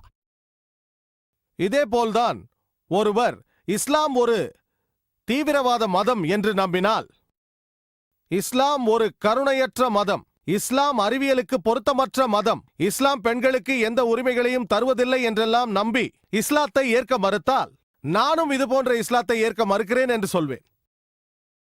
ஏனென்றால் எனக்கு இஸ்லாம் ஒரு கருணையுள்ள மதம் என்று நன்றாக தெரியும். இஸ்லாம் விஞ்ஞானபூர்வமானது, மனித உரிமைக்கு மதிப்பு கொடுக்கிறது, பெண்கள் உரிமைக்கு மதிப்பு தருகிறது. நான் அவரிடத்தில் சொல்வேன், நீங்கள் சொல்லும் இஸ்லாம் ஏற்கப்படக்கூடாது, அது மறுக்கப்பட வேண்டியதுதான். உண்மையான இஸ்லாம் என்னவென்று நான் அவருக்கு எடுத்துச் சொல்வேன். அதேபோல் பொய்யான கடவுள்களை இவர்கள் ஏற்க மறுக்கும் பொழுது உண்மையான கடவுள்களை பற்றி இவர்களுக்கு சொல்ல வேண்டும். எல்லாம் வல்ல இறைவனை பற்றிய சிறந்த வரைவிலக்கணம் அல்லாஹ் சுப்ஹானஹு வ தஆலாவின் வரைவிலக்கணம் திருக்குரானில் சூரா இஹ்லாஸ் அத்தியாயம் 112 வசனங்கள் 1 4 வரை சொல்லப்பட்டிருக்கிறது. குல் ஹுவல்லாஹு அஹத், சொல்லுங்கள் அவன் அல்லாஹ், அவன் ஒருவனே. அல்லாஹு சமத், அல்லாஹ் பூரணமானவன், நித்திய ஜீவன். லம் யலித் வலம் யுலத், அவன் பெறவும் இல்லை பெறப்படவும் இல்லை. வலம் யகுல் லஹு குஃபுவன் அஹத், அவனுக்கு நிகர் எவரும் இல்லை. தூய இறைவன் அல்லாஹ்வை பற்றிய 4 வரி வரைவிலக்கணம் இது. யாராவது ஒருவர் இவர்தான் கடவுள் என்று சொன்னால் அந்த நபர் இந்த 4 வரி விளக்கத்திற்குள் அடங்கினால் முஸ்லிம்களான எங்களுக்கு அவரை கடவுள் என்று ஏற்றுக்கொள்வதில் எந்த ஆட்சேபனையும் இல்லை. முதலாவது குல் அல்லாஹு அஹத், சொல்லுங்கள் அவன் அல்லாஹ், அவன் ஒருவனே. இரண்டாவது அல்லாஹு சமத், அல்லாஹ் பூரணமானவன், நித்திய ஜீவன். லம் யலித் வலம் யுலத், அவன் பெறவும் இல்லை பெறப்படவும் இல்லை. வலம் யகுல் லஹு குஃபுவன் அஹத், அவனுக்கு நிகர் எவரும் இல்லை. இன்று அநேக மக்கள் ரஜினீஷை கடவுள் என்று நம்புகிறார்கள். சூரா இஹ்லாஸை வைத்து நாம் ரஜினீஷை பரிசோதித்து பார்ப்போம். ஒருமுறை கேள்வி பதில் நேரத்தில் ஒருவரிடம் சகோதரர் ஜாகிர், இந்துக்களான நாங்கள் பகவான் ரஜினீஷை கடவுளாக ஏற்கவில்லை என்றார். நான் ஒருபோதும் இந்துக்கள் பகவான் ரஜினீஷை கடவுள் என்று நம்புகிறார்கள் என்று சொன்னதில்லை. இந்து மத வேதங்களை படித்திருக்கிறேன், அதில் எங்குமே அவர் கடவுள் என்று குறிப்பிடப்படவில்லை. நான் பொதுவாக மனிதர்கள் என்றேன். சிலர் பகவான் ரஜினீஷை கடவுள் என்று நம்புகிறார்கள். இந்த பகவான் ரஜினீஷை சூரா இஹ்லாஸை வைத்து சோதித்து பார்ப்போம். முதலாவது குல் அல்லாஹு அஹத், சொல்லுங்கள் அவன் அல்லாஹ், அவன் ஒருவனே. தெய்வீக தன்மைகள் உள்ளவர் என்று உரிமை கொண்டாடிய நபர்களில் ரஜினீஷ் ஒருவர் மட்டும்தானா? நூற்றுக்கணக்கானோர் உரிமை கொண்டாடுகிறார்கள். இந்த நாட்டில் மட்டும் ஆயிரக்கணக்கானோர் தான் கடவுள் என்று சொல்லிக் கொள்கிறார்கள். அவர் ஒருவர் மட்டுமல்ல. ஆனால் ரஜினீஷ் பக்தர் இல்லை, அவர் ஒருவர் மட்டும்தான் தனித்தன்மை வாய்ந்தவர் என்பார். அடுத்த சோதனைக்கு செல்வோம். அல்லாஹு சமத், அல்லாஹ் பரிபூரணமானவன், நித்திய ஜீவன். ரஜினீஷ் பரிபூரணமானவரா, மரணம் இல்லாதவரா? ரஜினீஷின் சுயசரிதையை படித்தால் அவர் ஆஸ்துமா நோயால் அவதிப்பட்டுக் கொண்டிருந்தார். நிரந்தர முதுகுவலியாலும் நீரிழிவு நோயாலும் பாதிக்கப்பட்டிருந்தார். கற்பனை செய்து பாருங்கள், எல்லாம் வல்ல இறைவன் ஆஸ்துமாவாலும் நீரிழிவு நோயாலும் முதுகுவலியாலும் பாதிக்கப்பட்டிருக்கிறார். மூன்றாவது சோதனை லம் யலித் வலம் யுலத், அவன் பெறவும் இல்லை பெறப்படவும் இல்லை. பகவான் ரஜினீஷை பற்றி நாம் அறிவோம். மத்திய பிரதேசத்தில் பிறந்தார். அதன் பிறகு 1981 அமெரிக்காவிற்கு சென்றார். அங்கு அநேக அமெரிக்கர்களை கவர்ந்தார். ஆரிகான் என்ற மாநிலத்தில் ரஜினீஷ்புரம் என்ற கிராமத்தை உருவாக்கினார். பிறகு அமெரிக்க அரசு அவரை கைது செய்து சிறையில் அடைத்தது. சிறையில் தனக்கு படிப்படியாக சாவை உண்டாக்கும் நஞ்சை புகட்டினார்கள் என்று குற்றம் சாட்டுகிறார். கற்பனை செய்து பாருங்கள், எல்லாம் வல்ல இறைவனுக்கு மெல்லச் சாகும்படி நஞ்சூட்டப்பட்டுள்ளது. பிறகு அமெரிக்க அரசு அவரை நாடு கடத்துகிறது. அவர் மீண்டும் இந்தியாவிற்கு திரும்பி வந்தார். இங்கு வந்து அவர் பூனா நகருக்கு சென்றார். அங்கு ஒரு மையத்தை உருவாக்கினார். அது இப்பொழுது ஓஷோ கம்யூன் என்று அழைக்கப்படுகிறது. அந்த மையத்தில் உள்ள அவரது சமாதிக்கு சென்றால் அவரது சமாதியில் ஒரு குறிப்பு உள்ளது. பகவான் ரஜினீஷ் ஓஷோ ஒருபோதும் பிறக்கவும் இல்லை இறக்கவும் இல்லை. ஆனால் 1931 டிசம்பர் 11ஆம் தேதி முதல் 19 ஜனவரி 1990 வரை இவ்வுலகிற்கு வருகை தந்தார். பிறக்கவும் இல்லை, இறக்கவும் இல்லை. ஆனால் வருகை தந்தார். 1931 டிசம்பர் மாதம் 11ஆம் தேதி முதல் 19 ஜனவரி 1990 வரை. ஆனால் அவரது சமாதியில் அவருக்கு 21 நாடுகளுக்கு செல்ல விசா மறுக்கப்பட்டது என்று குறிப்பிட மறந்துவிட்டார்கள். எல்லாம் வல்ல இறைவன் இவ்வுலகிற்கு வந்திருக்கிறார், அவருக்கு விசா தேவைப்படுகிறது. கிரேக்க நாட்டின் ஆர்ச் பிஷப் சொல்லியிருக்கிறார், ரஜினீஷை நாடு கடத்தவில்லை என்றால் அவரது வீட்டையும் எரிப்போம், அவரது சீடர்கள் வீட்டையும் எரிப்போம் என்று. கடைசி பரிசோதனை, வலம் யகுல்ல உக்குஃபுன் அஹத், அவனைப் போல் யாரும் எதுவும் இல்லை. இது கண்டிப்பான நிபந்தனை. எல்லாம் வல்ல இறைவனை தவிர வேறு யாராலும் தேர்ச்சி பெற முடியாது. இந்த உலகத்தில் யாரையாவது கடவுளுக்கு இணையாக ஒப்பிட முடிந்தால் அவன் கடவுளாக இருக்க முடியாது. வலம் யகுல்ல உக்குஃபுன் அஹத், அவனுக்கு நிகர் எவரும் இல்லை. ஒருவேளை யாராவது எல்லாம் வல்ல இறைவன் அர்னால்ட் ஸ்குவாசனேகரை விட 1000 மடங்கு பலம் வாய்ந்தவர் என்று சொன்னால், அர்னால்ட் ஸ்குவாசனேகரை பற்றி கேள்விப்பட்டிருப்பீர்கள். மிஸ்டர் வேர்ல்ட் பட்டத்தை வென்றவர், உலகத்திலே சக்தி வாய்ந்தவர், மிஸ்டர் யூனிவர்ஸ், இந்த பிரபஞ்சத்திலே சக்தி வாய்ந்தவர். யாராவது உங்களிடத்தில் அர்னால்ட் ஸ்குவாசனேகரை விட எல்லாம் வல்ல இறைவன் 1000 மடங்கு சக்தி வாய்ந்தவர் என்று சொன்னால், இந்த உலகில் யாரையாவது கடவுளுக்கு இணையாக ஒப்பிட முடிந்தால் அது அர்னால்ட் ஸ்குவாசனேகரோ, தாரா சிங்கோ அல்லது கிங் காங்கோ, அது 1000 மடங்கோ இல்லை கோடி மடங்கோ. இந்த உலகில் யாரையாவது கடவுளுக்கு இணையாக ஒப்பிட முடிந்தால் அவர் கடவுளாக இருக்க முடியாது. வலம் யகுல்ல உக்குஃபுன் அஹத், அவனுக்கு நிகர் எவரும் இல்லை.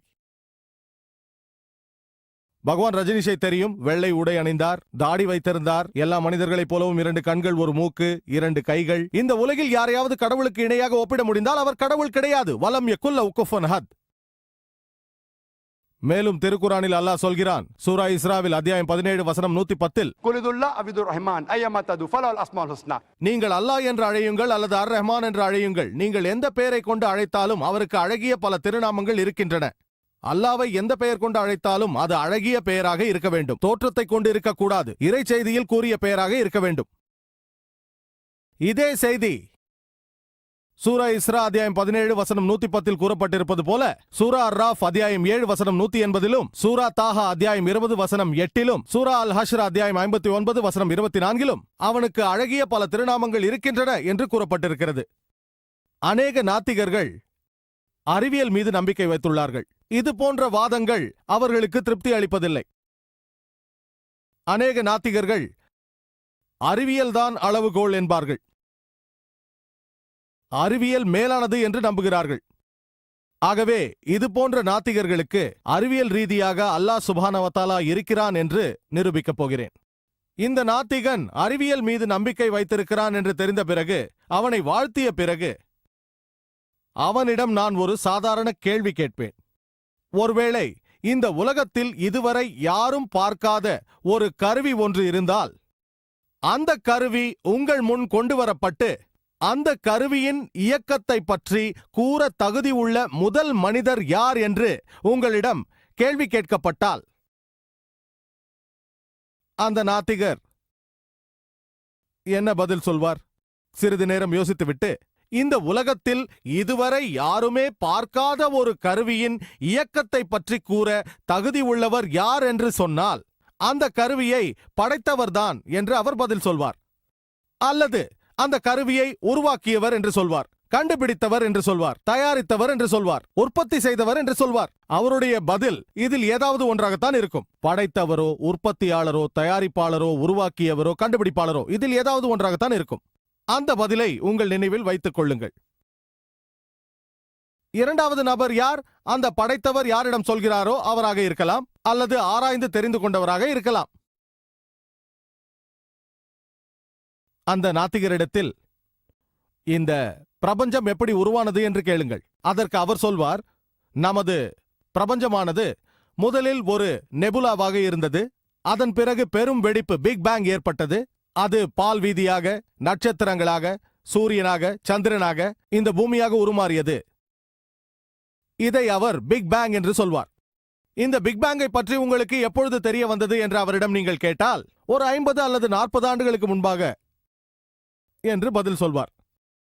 நீங்கள் சொல்லுங்கள், நீங்கள் கூறும் இந்த பிக் பேங்கை பற்றி 1400 ஆண்டுகளுக்கு முன்பாகவே திருக்குரானில் சொல்லப்பட்டு விட்டது. சூரா அல் அன்பியாவில் அத்தியாயம் 21 வசனம் 30 அது சொல்கிறது, அவலம் யரல் லஸீன கஃபரு இறை நம்பிக்கையற்றவர்கள் அறிந்து கொள்ளவில்லையா, அன்ன ஸமாவாத்தி வல் அர்த கானத் ரத்கன் ஃபதக்னஹுமா, விண்ணும் மண்ணும் ஒன்றாக இணைந்திருந்தன, அதை நாம் தனித்தனியாக பிரித்தோம்.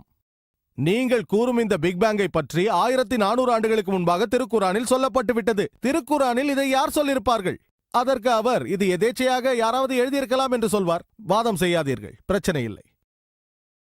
அடுத்த கேள்வியை கேளுங்கள். மண்ணுலகின் அமைப்பு என்ன என்று கேளுங்கள். அவர் சொல்லுவார், ஆரம்ப காலங்களில் மனித இனம் இந்த உலகம் தட்டை என்று நினைத்தார்கள். ஆனால் 1577 சர் பிரான்சிஸ் டிரேக் இந்த உலகை கப்பல் மூலமாக சுற்றி வந்த பொழுது இந்த உலகம் உருண்டை என்று நிரூபித்தார். அவரிடம் சொல்லுங்கள், திருக்குரானில் சூரா நாசியாத் அத்தியாயம் 79 வசனம் 30 வல் அர்த பாத ஸாலிக தஹஹா, நாம் இந்த உலகை முட்டை வடிவில் படைத்தோம். தஹஹா என்ற அரபு சொல்லுக்கு அர்த்தம், அதன் ஒரு அர்த்தம் விரித்தோம் என்றும், ஆகவே உலகு விரிக்கப்பட்டுள்ளது. மற்றும் ஒரு பொருள் அரபு சொல் துய்யா, அதற்கு முட்டை என்று பொருள். இன்று நமக்கு தெரியும், உலகம் பந்தை போல உருண்டை வடிவாக இல்லை.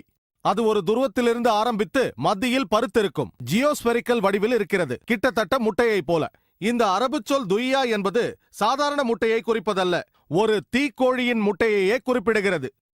ஒரு தீக்கோழியின் முட்டையை நன்றாக பார்த்தோமே ஆனால் அது ஜியோஸ்பெரிக்கல் வடிவில் தான் இருக்கும். 1400 ஆண்டுகளுக்கு முன்பாகவே திருக்குரானில் ஜியோஸ்பெரிக்கல் வடிவில் தான் உலகம் இருக்கும் என்று குறிப்பிடப்பட்டுள்ளது. இதை யாரால் சொல்லியிருக்க முடியும்? அவர் சொல்லுவார், உங்கள் நபி அவர்கள், அவருக்கு சாந்தி உண்டாகட்டும், மிக்க புத்திசாலி என்று சொல்லுவார். விவாதம் செய்யாதீர்கள், தொடர்ந்து பேசுங்கள். சந்திரனின் ஒளி அதற்கு சொந்தமான ஒளியா இல்லை பிரதிபலிப்பா? அதற்கு அந்த நாத்திகர் சொல்லுவார், ஆரம்ப காலத்தில் சந்திரனின் ஒளி அதன் சொந்த ஒளி என்று நம்பினோம். ஆனால் இன்று சந்திரனின் ஒளி அதன் சொந்த ஒளி அல்ல, சூரிய ஒளியின் பிரதிபலிப்பு என்று அறிந்து கொண்டோம். இதை எப்போது தெரிந்து கொண்டீர்கள்? அவர் சொல்லுவார், நேற்று, 50, 100, 200 ஆண்டுகளுக்கு முன்பாக என்று சொல்லுவார். குர்ஆன் 1400 ஆண்டுகளுக்கு முன்பாக சொல்லிவிட்டது. சூரா ஃபுர்கானில் அத்தியாயம் 25 வசனம் 61 வான்மண்டலத்தில் கோளங்களை சுழன்று வரும் பாதைகளை உருவாக்கி சூரியனையும் ஷம்ஸ் அதன் சுய ஒளியை உடையதாகவும் சந்திரன் அதன் இரவல் ஒளியை கொண்டதாகவும் உருவாக்கினவன் பாக்யவான். சூரியனுக்கு அரபு சொல் ஷம்ஸ், அதன் ஒளியை சிராஜ் அல்லது வஹாஜ் என்றே குறிப்பிடுவார்கள், அதாவது சுடர் அல்லது ஒளி சிந்தும் விளக்கு. சந்திரனை கமர் என்று அரபியில் அழைப்பார்கள். அதன் ஒளியை முனீர் அல்லது நூர் என்று குறிப்பிடுவார்கள். முனீர் என்றால் சந்திரனின் ஒளியை வஹாஜ் அல்லது சிராஜ் என்று குறிப்பிடவில்லை, எப்போதுமே நூர் அல்லது முனீர் என்று குறிப்பிடப்பட்டுள்ளது. இரவல் ஒளி அல்லது பிரதிபலிக்கும் ஒளி. திருக்குரானில் 1400 ஆண்டுகளுக்கு முன்பாக இதை யார் சொல்லியிருப்பார்கள்? அவர் மௌனமாக இருப்பார். பதிலுக்காக காத்திருக்காமல் தொடர்ந்து பேசுங்கள். நான் பள்ளிக்கூடத்தில் படிக்கும் பொழுது சூரியன் தன்னைத்தானே சுற்றி கொண்டிருக்கும், ஒரே இடத்திலேயே தரித்திருக்கும், அது தன்னுடைய வழித்தடத்தில் சுற்றி வராது என்று படித்தேன். திருக்குரான் சூரா அல் அன்பியாவில் அத்தியாயம் 21 வசனம் 33 ஹுவல் லஸீ ஹலகல் லைல வன் நஹாரா, அல்லாஹ் இரவையும் பகலையும் படைத்தான், வஷம்ஸ வல் கமர், சூரியனையும் சந்திரனையும், குல்லுன் ஃபீ ஃபலகி யஸ்பஹூன், அவை ஒவ்வொன்றும் தத்தமது வட்ட வரைக்குள் நீந்துகின்றன. அரபு சொல் யஸ்பஹூன் என்பது நகர்ந்து செல்லும் ஒரு பொருளை குறிக்கிறது. ஆகவே விண்ணில் உள்ள கோளங்கள் சம்பந்தமாக பேசும்போது சூரியனும் சந்திரனும் தன்னைத்தானே சுற்றிக் கொண்டு அவைகள் தங்கள் பாதைகளிலும் சுழன்று வந்து கொண்டிருக்கின்றன என்பதை உணர்த்துகிறது. இன்று அறிவியல் சொல்கிறது, சூரியன் தனது ஒரு சுழற்சியை பூர்த்தி செய்ய கிட்டத்தட்ட 25 நாட்கள் ஆகின்றன. யோசித்து பாருங்கள், நான் 1982 பள்ளி படிப்பை முடித்தேன். சூரியன் ஒரே இடத்தில் தரித்திருக்கும் என்று கற்றுத்தரப்பட்டது. 1400 ஆண்டுகளுக்கு முன்பாக திருக்குரானில் சூரியன் தன் பாதையில் நீந்துகிறது என்று சொல்லப்பட்டிருக்கிறது. எனது அறிவியல் புத்தகத்தில் ஒரே இடத்தில் தரித்திருக்கும் என்று சொல்லப்பட்டது. இன்று சூரியன் சுழல்கின்றது என்று நிரூபிக்கப்பட்டுள்ளது. இதை யார் சொல்லியிருப்பார்கள் என்று அவரிடம் கேளுங்கள். அவர் மௌனமாக இருப்பார். சில விமர்சகர்கள் திருக்குரான் விண்ணியலை பற்றி பேசுவது பெரிய விஷயம் அல்ல, ஏனென்றால் அரபுகள் விண்ணியலில் முன்னேறியவர்கள் என்பார்கள். நான் ஒப்புக்கொள்கிறேன், அரபிகள் விண்ணியல் துறையில் முன்னேற்றம் கண்டவர்கள்தான். ஆனால் ஒன்றை நினைவூட்டுகிறேன், அரபியர்கள் திருக்குரான் அருளப்பட்ட சில நூற்றாண்டுகளுக்கு பிறகுதான் விண்ணியல் துறையில் முன்னேற்றம் அடைந்தார்கள். ஆகவே திருக்குரானிலிருந்து அவர்கள் விண்ணியலை பற்றி தெரிந்து கொண்டார்களே தவிர மாறாக இல்லை. நீரியல் சம்பந்தமாக இறை மறுப்பாளரிடம் நீரின் சுழற்சியை பற்றி கேட்டால் அவர் சொல்வார், சமுத்திரங்களிலிருந்து தண்ணீர் நீராவியாக மேலெழுந்து விண்ணில் மேகங்களாக உருவாகி, உருவான மேகங்கள் நீராகி மழையாக பொழிகின்றன, மீண்டும் அந்த நீரே தேவையை பூர்த்தி செய்கின்றன என்பார். இது உங்களுக்கு எப்பொழுது தெரிய வந்தது என்று கேளுங்கள். அவர் சர் பெர்னார்ட் பாலசி 1580 ஆண்டில் இதை கண்டுபிடித்த பொழுதுதான் தெரிய வந்தது என்று சொல்வார். 1580 நீங்கள் சொல்லுங்கள். 1580 உங்களுக்கு தெரிய வந்தது. வெறும் ஒரு சில ஆண்டுகளுக்கு முன்பாக தெரிய வந்தது. 1400 ஆண்டுகளுக்கு முன்பாகவே திருக்குரானில் சொல்லப்பட்டிருக்கிறது. திருக்குரான் சொல்கிறது, பெருங்கடலிலிருந்து தண்ணீர் ஆவியாகி மேகமாக உருவாகி மேகங்கள் நகர்ந்து இணைந்து சங்கமமாகி மழையாக பொழிகின்றன. மீண்டும் அந்த தண்ணீர் சுழற்சியின் தேவையை பூர்த்தி செய்கின்றன. இது குறித்து திருக்குரானில் அநேக இடங்களில் சொல்லப்பட்டிருக்கிறது. சூரா ஜும்ர் அத்தியாயம் 39 வசனம் 21, சூரா ரூம் அத்தியாயம் 30 வசனம் 24, சூரா அல் ஹிஜ்ர் அத்தியாயம் 15 வசனம் 22, சூரா முஹ்மினூன் அத்தியாயம் 23 வசனம் 18, சூரா ரூம் அத்தியாயம் 30 வசனம் 48, சூரா அன்னூர் அத்தியாயம் 24 வசனம் 43, சூரா அன்னபா அத்தியாயம் 78 வசனம் 12 14 வரை. மேலும் இது குறித்து சூரா ராஃப் அத்தியாயம் 7 வசனம் 57, சூரா அர்ராத் அத்தியாயம் 13 வசனம் 17, சூரா ஃபுர்கான் அத்தியாயம் 25 வசனங்கள் 48 49, மேலும் சூரா யாசீனில் அத்தியாயம் 36 வசனம் 34, மேலும் சூரா ஃபாத்திர் அத்தியாயம் 35 வசனம் 9, மேலும் சூரா அல் ஜாசியா அத்தியாயம் 45 வசனம் 5, சூரா காஃப் அத்தியாயம் 50 வசனம் 9 10, சூரா அல் வாக்கியா அத்தியாயம் 56 வசனம் 67 70 வரை, சூரா தாரிக் அத்தியாயம் 86 வசனம் 11. இது போன்ற பல வசனங்களை சொல்லிக்கொண்டே போகலாம். இந்த வசனங்கள் அனைத்தும் நீரின் சுழற்சியை குறித்து திருக்குரானில் சொல்லுகின்றன. திருக்குரான் நீரின் சுழற்சியை பற்றி மிக விளக்கமாக கூறுகிறது. 1400 ஆண்டுகளுக்கு முன்பாக இதை யார் சொல்லியிருப்பார்கள்? பதில் வரவில்லையா? கவலைப்படாமல் தொடருங்கள். புவியியலை பற்றி திருக்குரான் சொல்கிறது. பூமியின் சுற்றளவு 3750 மைல்கள் என்று புவியியல் சொல்கிறது. ஆழமான அடுக்குகள் உஷ்ணமாகவும் திரவமாகவும், மேல் அடுக்கு மெலிதாகவும், அதிகபட்சம் 1 to 20 மைல் தடிமனாகவும் உள்ளது. ஆகவே ஆட்டம் காண அதிக வாய்ப்புள்ளது. வளைந்து கொடுக்கும் தன்மை கொண்டதாக உள்ளதால் நகராமல் பாதுகாக்க மலைகள் உதவியாக இருக்கின்றன. இது குறித்து திருக்குரானில் அல்லாஹ் சொல்லியிருக்கிறான். திருக்குரானில் குறிப்பிடப்பட்டுள்ளது. சூரா நபாவில் அத்தியாயம் 78 வசனங்கள் 7 to 8 வரை. அல்லாஹ் சொல்கிறான், வல்ஜிபால் அவுதாதா, பூமியை விரிப்பாகவும் மலைகளை அதற்கு மூலைகளாகவும் ஆக்கவில்லையா? இதை அறிவியல் என்று ஒப்புக்கொள்கிறது. திருக்குரானில் இதே போன்று இன்னொரு செய்தி. சூரா அல் அன்பியாவில் அத்தியாயம் 21 வசனம் 31, இப்பூமி ஆடி அசையாமல் இருக்கும் பொருட்டு அதில் நாம் நிலையான மலைகளை அமைத்தோம். கடல் ஆராய்ச்சி துறையை பற்றி பார்ப்போம். முன்னரே நமக்கு தெரியும், தண்ணீர் 2 வகையாக உள்ளது. ஒன்று உப்பு நீர், ஒன்று சுவையான நீர். திருக்குரான் இது குறித்து சொல்கிறது. சூரா ஃபுர்கானில் அத்தியாயம் 25 வசனம் 53, அவன்தான் 2 கடல்களையும் ஒன்று சேர்த்தான். ஒன்று மிக இனிமையும் சுவையும் உள்ளது, மற்றொன்று உப்பும் கசப்புமானது. இவ்விரண்டிற்கும் இடையே வரம்பையும் மீற முடியாத தடையையும் ஏற்படுத்தி இருக்கிறோம்.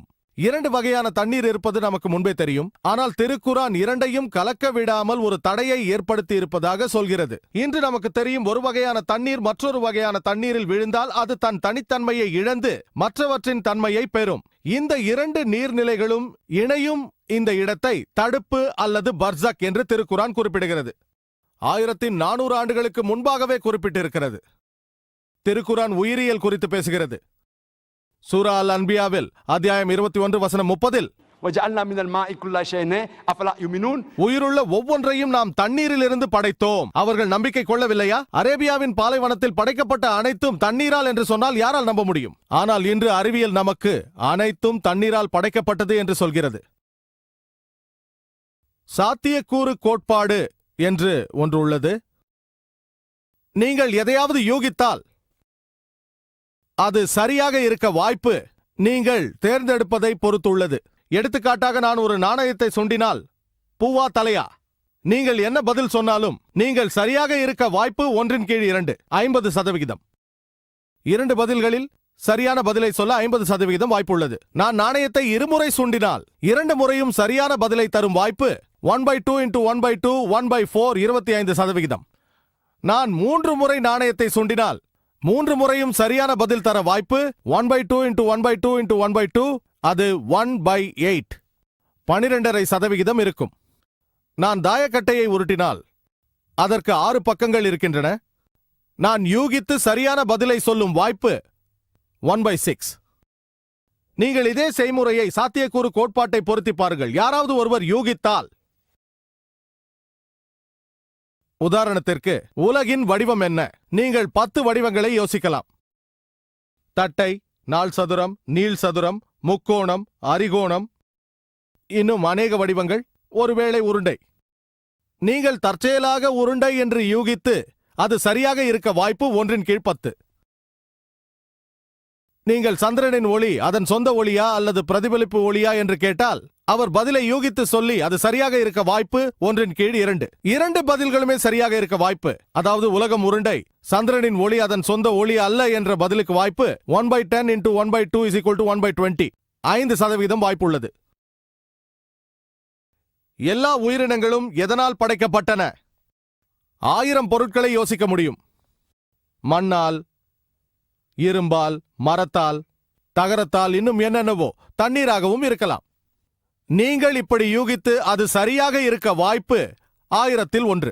இந்த 3 பதில்களும் சரியாக இருக்க வாய்ப்பு, அதாவது உலகம் உருண்டை, சந்திரனின் ஒளி பிரதிபலிப்பு ஒளி அனைத்தும் தண்ணீரால் படைக்கப்பட்டது, 1/10 × 1/2 × 1/1000 என்று பெருக்கினால் 1/20,000 என்று பதில் கிடைக்கும். 0.005%. வெறும் 3 அறிவியல் உண்மைகளுக்கே 0.005%. நான் அநேக விஷயங்களை சொல்லிவிட்டேன். என் புத்தகங்களை படித்தால் 100 கணக்கில் உள்ளன. அநேக விஷயங்கள். திருக்குரான் தாவரவியலை பற்றி கூறுகிறது. சூரா ராத் அத்தியாயம் 13 வசனம் 3-ல் கனிகள் ஜோடி ஜோடியாக ஆணினமாகவும் பெண்ணினமாகவும் படைக்கப்பட்டுள்ளன. மேலும் சூரா தாஹா அத்தியாயம் 20 வசனம் 53-ல் தாவரங்களிலும் பாலினம் உள்ளது என்று கூறப்பட்டிருக்கிறது. அது நமக்கு சமீபத்தில் தான் தெரிய வந்திருக்கிறது. மிருகங்களும் பறவைகளும் மனிதர்களைப் போல சமூகமாக வாழ்கின்றன என்று குரான் சொல்கிறது. சூரா நாமில் அத்தியாயம் 6 வசனம் 38-ல் அது சமீபத்தில் தான் தெரிய வந்தது. தேனீக்களை பற்றியும் திருக்குரான் பேசுகிறது. அது தனது வழித்தடத்தை தெரிந்து கொள்ளுமாம். சமீபத்தில் தெரிய வந்த ஒன்று. சூரா நஹ்ல் அத்தியாயம் 16 வசனம் 68-லிருந்து 69 வரை உழைக்கும் தேனி பெண் தேனி என்று குரான் சொல்கிறது. முன்பெல்லாம் ஆண் தேனிதான் என்று எண்ணி இருந்தனர். திருக்குரான் சொல்கிறது சூரா நஹ்ல் அத்தியாயம் 16 வசனம் 69-ல் உழைக்கும் ஈக்கள் பெண் தேனீக்களே என்பதாக. சிலந்தி பூச்சிகளின் வாழ்க்கை முறையையும் குரான் கூறுகிறது. சூரா அன்கபூத் அத்தியாயம் 29 வசனம் 41-ல் எறும்புகளை பற்றியும் திருக்குரான் பேசுகிறது. சூரா நம்ல் அத்தியாயம் 27 வசனம் 17-18-ல் இதுவும் சமீப காலத்தில் தெரிய வந்த ஒன்று. மரபு கூற்றை பிறப்பியலை பற்றி குரான் பேசுகிறது. செலுத்தப்படும் இந்திரிய துளிகளே குழந்தையின் பாலினத்திற்கு பொறுப்பாகும் என சூரா நஜ்ம் அத்தியாயம் 53 வசனம் 45-46-ல் மற்றும் அத்தியாயம் 75 வசனம் 37-லிருந்து 39 வரை இதுவும் சமீபத்தில் தெரிய வந்த ஒன்று. கரு உற்பத்தியை பற்றியும் குரான் பேசுகிறது. எல்லா மனிதர்களும் அலகாவால் உருவானார்கள், அட்டையை போன்ற ஒட்டி கொண்டிருக்கும் பொருளிலிருந்து. சூரா அலக் அத்தியாயம் 96 வசனம் 2-ல் இதையும் சமீபத்தில் தான் தெரிந்து கொண்டோம். கரு உற்பத்தியின் வெவ்வேறு பரிமாணங்களை பற்றி குரான் அலசுகிறது. அலகா, முத்கா, இசாமா, லெஹம். சூரா மூமினூன் அத்தியாயம் 23 வசனம் 12-லிருந்து 14 வரை அதுவும் சமீபத்தில் தெரிய வந்த ஒன்று. அநேக அறிவியல் உண்மைகள் திருக்குரானில் கூறப்பட்டிருக்கிறது. மேலும் 2 மட்டும் இங்கு குறிப்பிட்டு விடுகிறேன். சில மனிதர்கள் கேட்கிறார்கள், மனிதன் இறந்ததும் அவனை புதைகுழியில் அடக்கியதும் அவனது எலும்புகள் மக்கி மண்ணான பின்பு அல்லாஹ் சுப்ஹானஹு வ தஆலா எப்படி அந்த எலும்புகளை எல்லாம் மீண்டும் உருவாக்குவான் என்று கேட்கிறார்கள். அல்லாஹ் கூறுகிறான் திருக்குரானில் அத்தியாயம் 75 வசனங்கள் 3-லிருந்து 4 வரை, அவர்கள் அல்லாஹ் சுப்ஹானஹு வ தஆலா எப்படி அந்த எலும்புகளை ஒன்று சேர்ப்பார் என்று கேட்டால் அவர்களுக்கு சொல்லுங்கள், அவன் எலும்புகளை மட்டுமல்ல அவன் விரல் நுனிகளையும் செம்மையாக படைக்கும் ஆற்றல் உடையவன் அல்லாஹ் என்று சொல்லுங்கள். இங்கு ஒருவருடைய எலும்பை மட்டுமல்ல நுனி விரல்களை கூட முன்பு இருந்தது போலவே மாற்றுவேன் என்று அல்லாஹ் சொல்லும் அர்த்தம் என்ன? 1880-ல் சர் பிரான்சிஸ் கோல்ட் என்பவர் விரல் ரேகை பதியும் முறையை கண்டுபிடித்தார். 10 லட்சம் மனிதர்களின் விரல் ரேகைகளில் கூட ஒருவரின் ரேகை இன்னொருவரின் ரேகையைப் போல இருப்பதில்லை என்று சொன்னார். இன்று போலீஸ், சிஐடி, FBI மற்றும் CIA போன்றவர்கள் குற்றவாளிகளை கண்டுபிடிக்க இந்த விரல் ரேகை பதிவு முறையை தான் கடைபிடிக்கிறார்கள். 1400 ஆண்டுகளுக்கு முன்பாக குரான் விரல் ரேகையை பற்றி பேசுகிறது. 1880-ல் தான் கண்டுபிடித்திருக்கிறோம். இதை பற்றி யார் சொல்லியிருப்பார்கள்? இந்த அறிவியல் உண்மைகளை பற்றிய எனது பேச்சை முடிக்கும் முன்பு ஒரு விஷயத்தை சொல்லிக்கொள்ள ஆசைப்படுகிறேன். ஒரு விஞ்ஞானி இருந்தார். அவரது பெயர் தகட ஷான். அவர் தாய்லாந்தை சேர்ந்த ஒரு பேராசிரியர். வலியை ஏற்படுத்தும் தன்மையை பற்றி ஆராய்ச்சி செய்திருக்கிறார். முன்பெல்லாம் மனிதர்களாகிய நாம் நினைத்தோம், டாக்டர்களும் நினைத்தார்கள், மூளைதான் வலியின் தன்மைக்கு பொறுப்பாகும் என்று.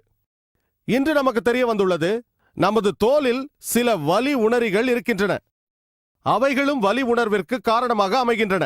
ஆகவேதான் தீக்காயத்துடன் ஒருவரை டாக்டரிடம் கொண்டு வந்தால் டாக்டர் ஒரு ஊசியை எடுத்து காயம்பட்ட இடத்தில் குத்துகிறார். காயம்பட்டவர் வலியை உணர்ந்தால் வலி உணரிகள் பாதிக்கப்படவில்லை என்று மருத்துவர் சந்தோஷப்படுவார். காயம்பட்டவர் வலியை உணரவில்லை என்றால் மருத்துவர் கவலைப்படுவார். வலி உணரிகள் அழிக்கப்பட்டு விட்டன.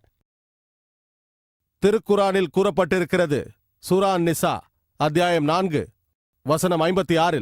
யார் நமது வேத வசனங்களை நிராகரிக்கிறார்களோ அவர்களை நாம் நிச்சயமாக நரகத்தில் புகுத்துவோம். அவர்களின் தோள்கள் கருகிவிடும் போதெல்லாம் வேறு தோள்களை அவர்கள் வேதனையை அனுபவிப்பதற்கென அவர்களுக்கு நாம் மாற்றிக்கொண்டே இருப்போம். மனித தோலில் வலியை உணர்த்துவதற்குரிய பொருள் ஏதோ இருக்கிறது. யோசித்து பாருங்கள், திருக்குரான் 1400 ஆண்டுகளுக்கு முன்பே இது குறித்து பேசுகிறது. பேராசிரியர் தகட ஷாம் இந்த விஷயம் திருக்குரானில் குறிப்பிடப்பட்டிருப்பதை கண்டதும் ரியாதில் நடந்த 9வது மருத்துவ மாநாட்டில் அந்த மாநாடு நடக்கும் பொழுதே அவர் ஷஹாதாவை சொன்னார். லா இலாஹ இல்லல்லா முஹம்மது ரசூல் அல்லா, வணக்கத்திற்குரிய இறைவன் அல்லாவை தவிர வேறில்லை, முகமது அவர்கள் இறைவனின் தூதுவராக இருக்கிறார் என்று கூறி இஸ்லாத்தை ஏற்றுக்கொண்டார். இதையெல்லாம் திருக்குரானில் யார் கூறியிருப்பார்கள் என்று நாத்திகரை கேளுங்கள். அவரால் கூற முடிந்த ஒரே ஒரு பதில் அவர் ஏற்கனவே சொன்ன பதில்தான். படைப்பாளர், உருவாக்கியவர், தயாரிப்பாளர், உற்பத்தியாளர், கண்டுபிடிப்பாளர். இந்த படைப்பாளனை, இந்த உருவாக்கியவனை, இந்த தயாரிப்பாளனை, இந்த உற்பத்தியாளனை, இந்த கண்டுபிடிப்பாளனை முஸ்லிம்களான நாங்கள் அல்லாஹ் என்று அழைக்கிறோம். இதன் காரணமாகத்தான் இன்றைய அறிவியல் இறைவனை மறுக்கவில்லை, கடவுள்களின் மாதிரிகளை மறுக்கிறது. மாதிரிகளைத்தான் மறுக்கிறது. லா இலாஹ இல்லல்லாஹ். இன்றைய விஞ்ஞானிகள் மறுக்கும் கடவுள்களின் மாதிரிகள் கடவுள் இல்லை, இது கடவுளாக இருக்க முடியாது, இது இருக்க முடியாது என்று கூறுகிறார்களே தவிர கடவுளை மறுக்கவில்லை. புகழ்பெற்ற தத்துவ ஞானியும் அறிவியலாளருமான பிரான்சிஸ் பேக்கன் கூறுகிறார், விஞ்ஞானத்தில் குறைந்த அறிவு உள்ளவர்கள் நாத்திகர்களாக இருக்கிறார்கள், விஞ்ஞானத்தில் அதிக அறிவு பெற்றவர்கள் இறை நம்பிக்கை உள்ளவர்களாக இருக்கிறார்கள். நான் என்னுடைய உரையை திருக்குரானின் வசனத்தை கூறி முடிக்க விரும்புகிறேன். சூரா ஃபுசிலத் அத்தியாயம் 41 வசனம் 53. அது சொல்கிறது, சனூரிஹிம் ஆயாத்தினா ஃபில் ஆஃபாகி وفي أنفسهم حتى يتبين لهم أنه الحق أولم يكفي بربك أنه على كل شيء شهيد. நிச்சயமாக உண்மையானதுதான் என்று அவர்களுக்கு தெரிவிக்கும் பொருட்டு நம்முடைய அத்தாட்சிகளை பல கோணங்களிலும் அவர்களுக்குள்ளேயும் சீக்கிரமே அவர்களுக்கு காண்பிப்போம். وآخر دعوانا الحمد لله رب العالمين.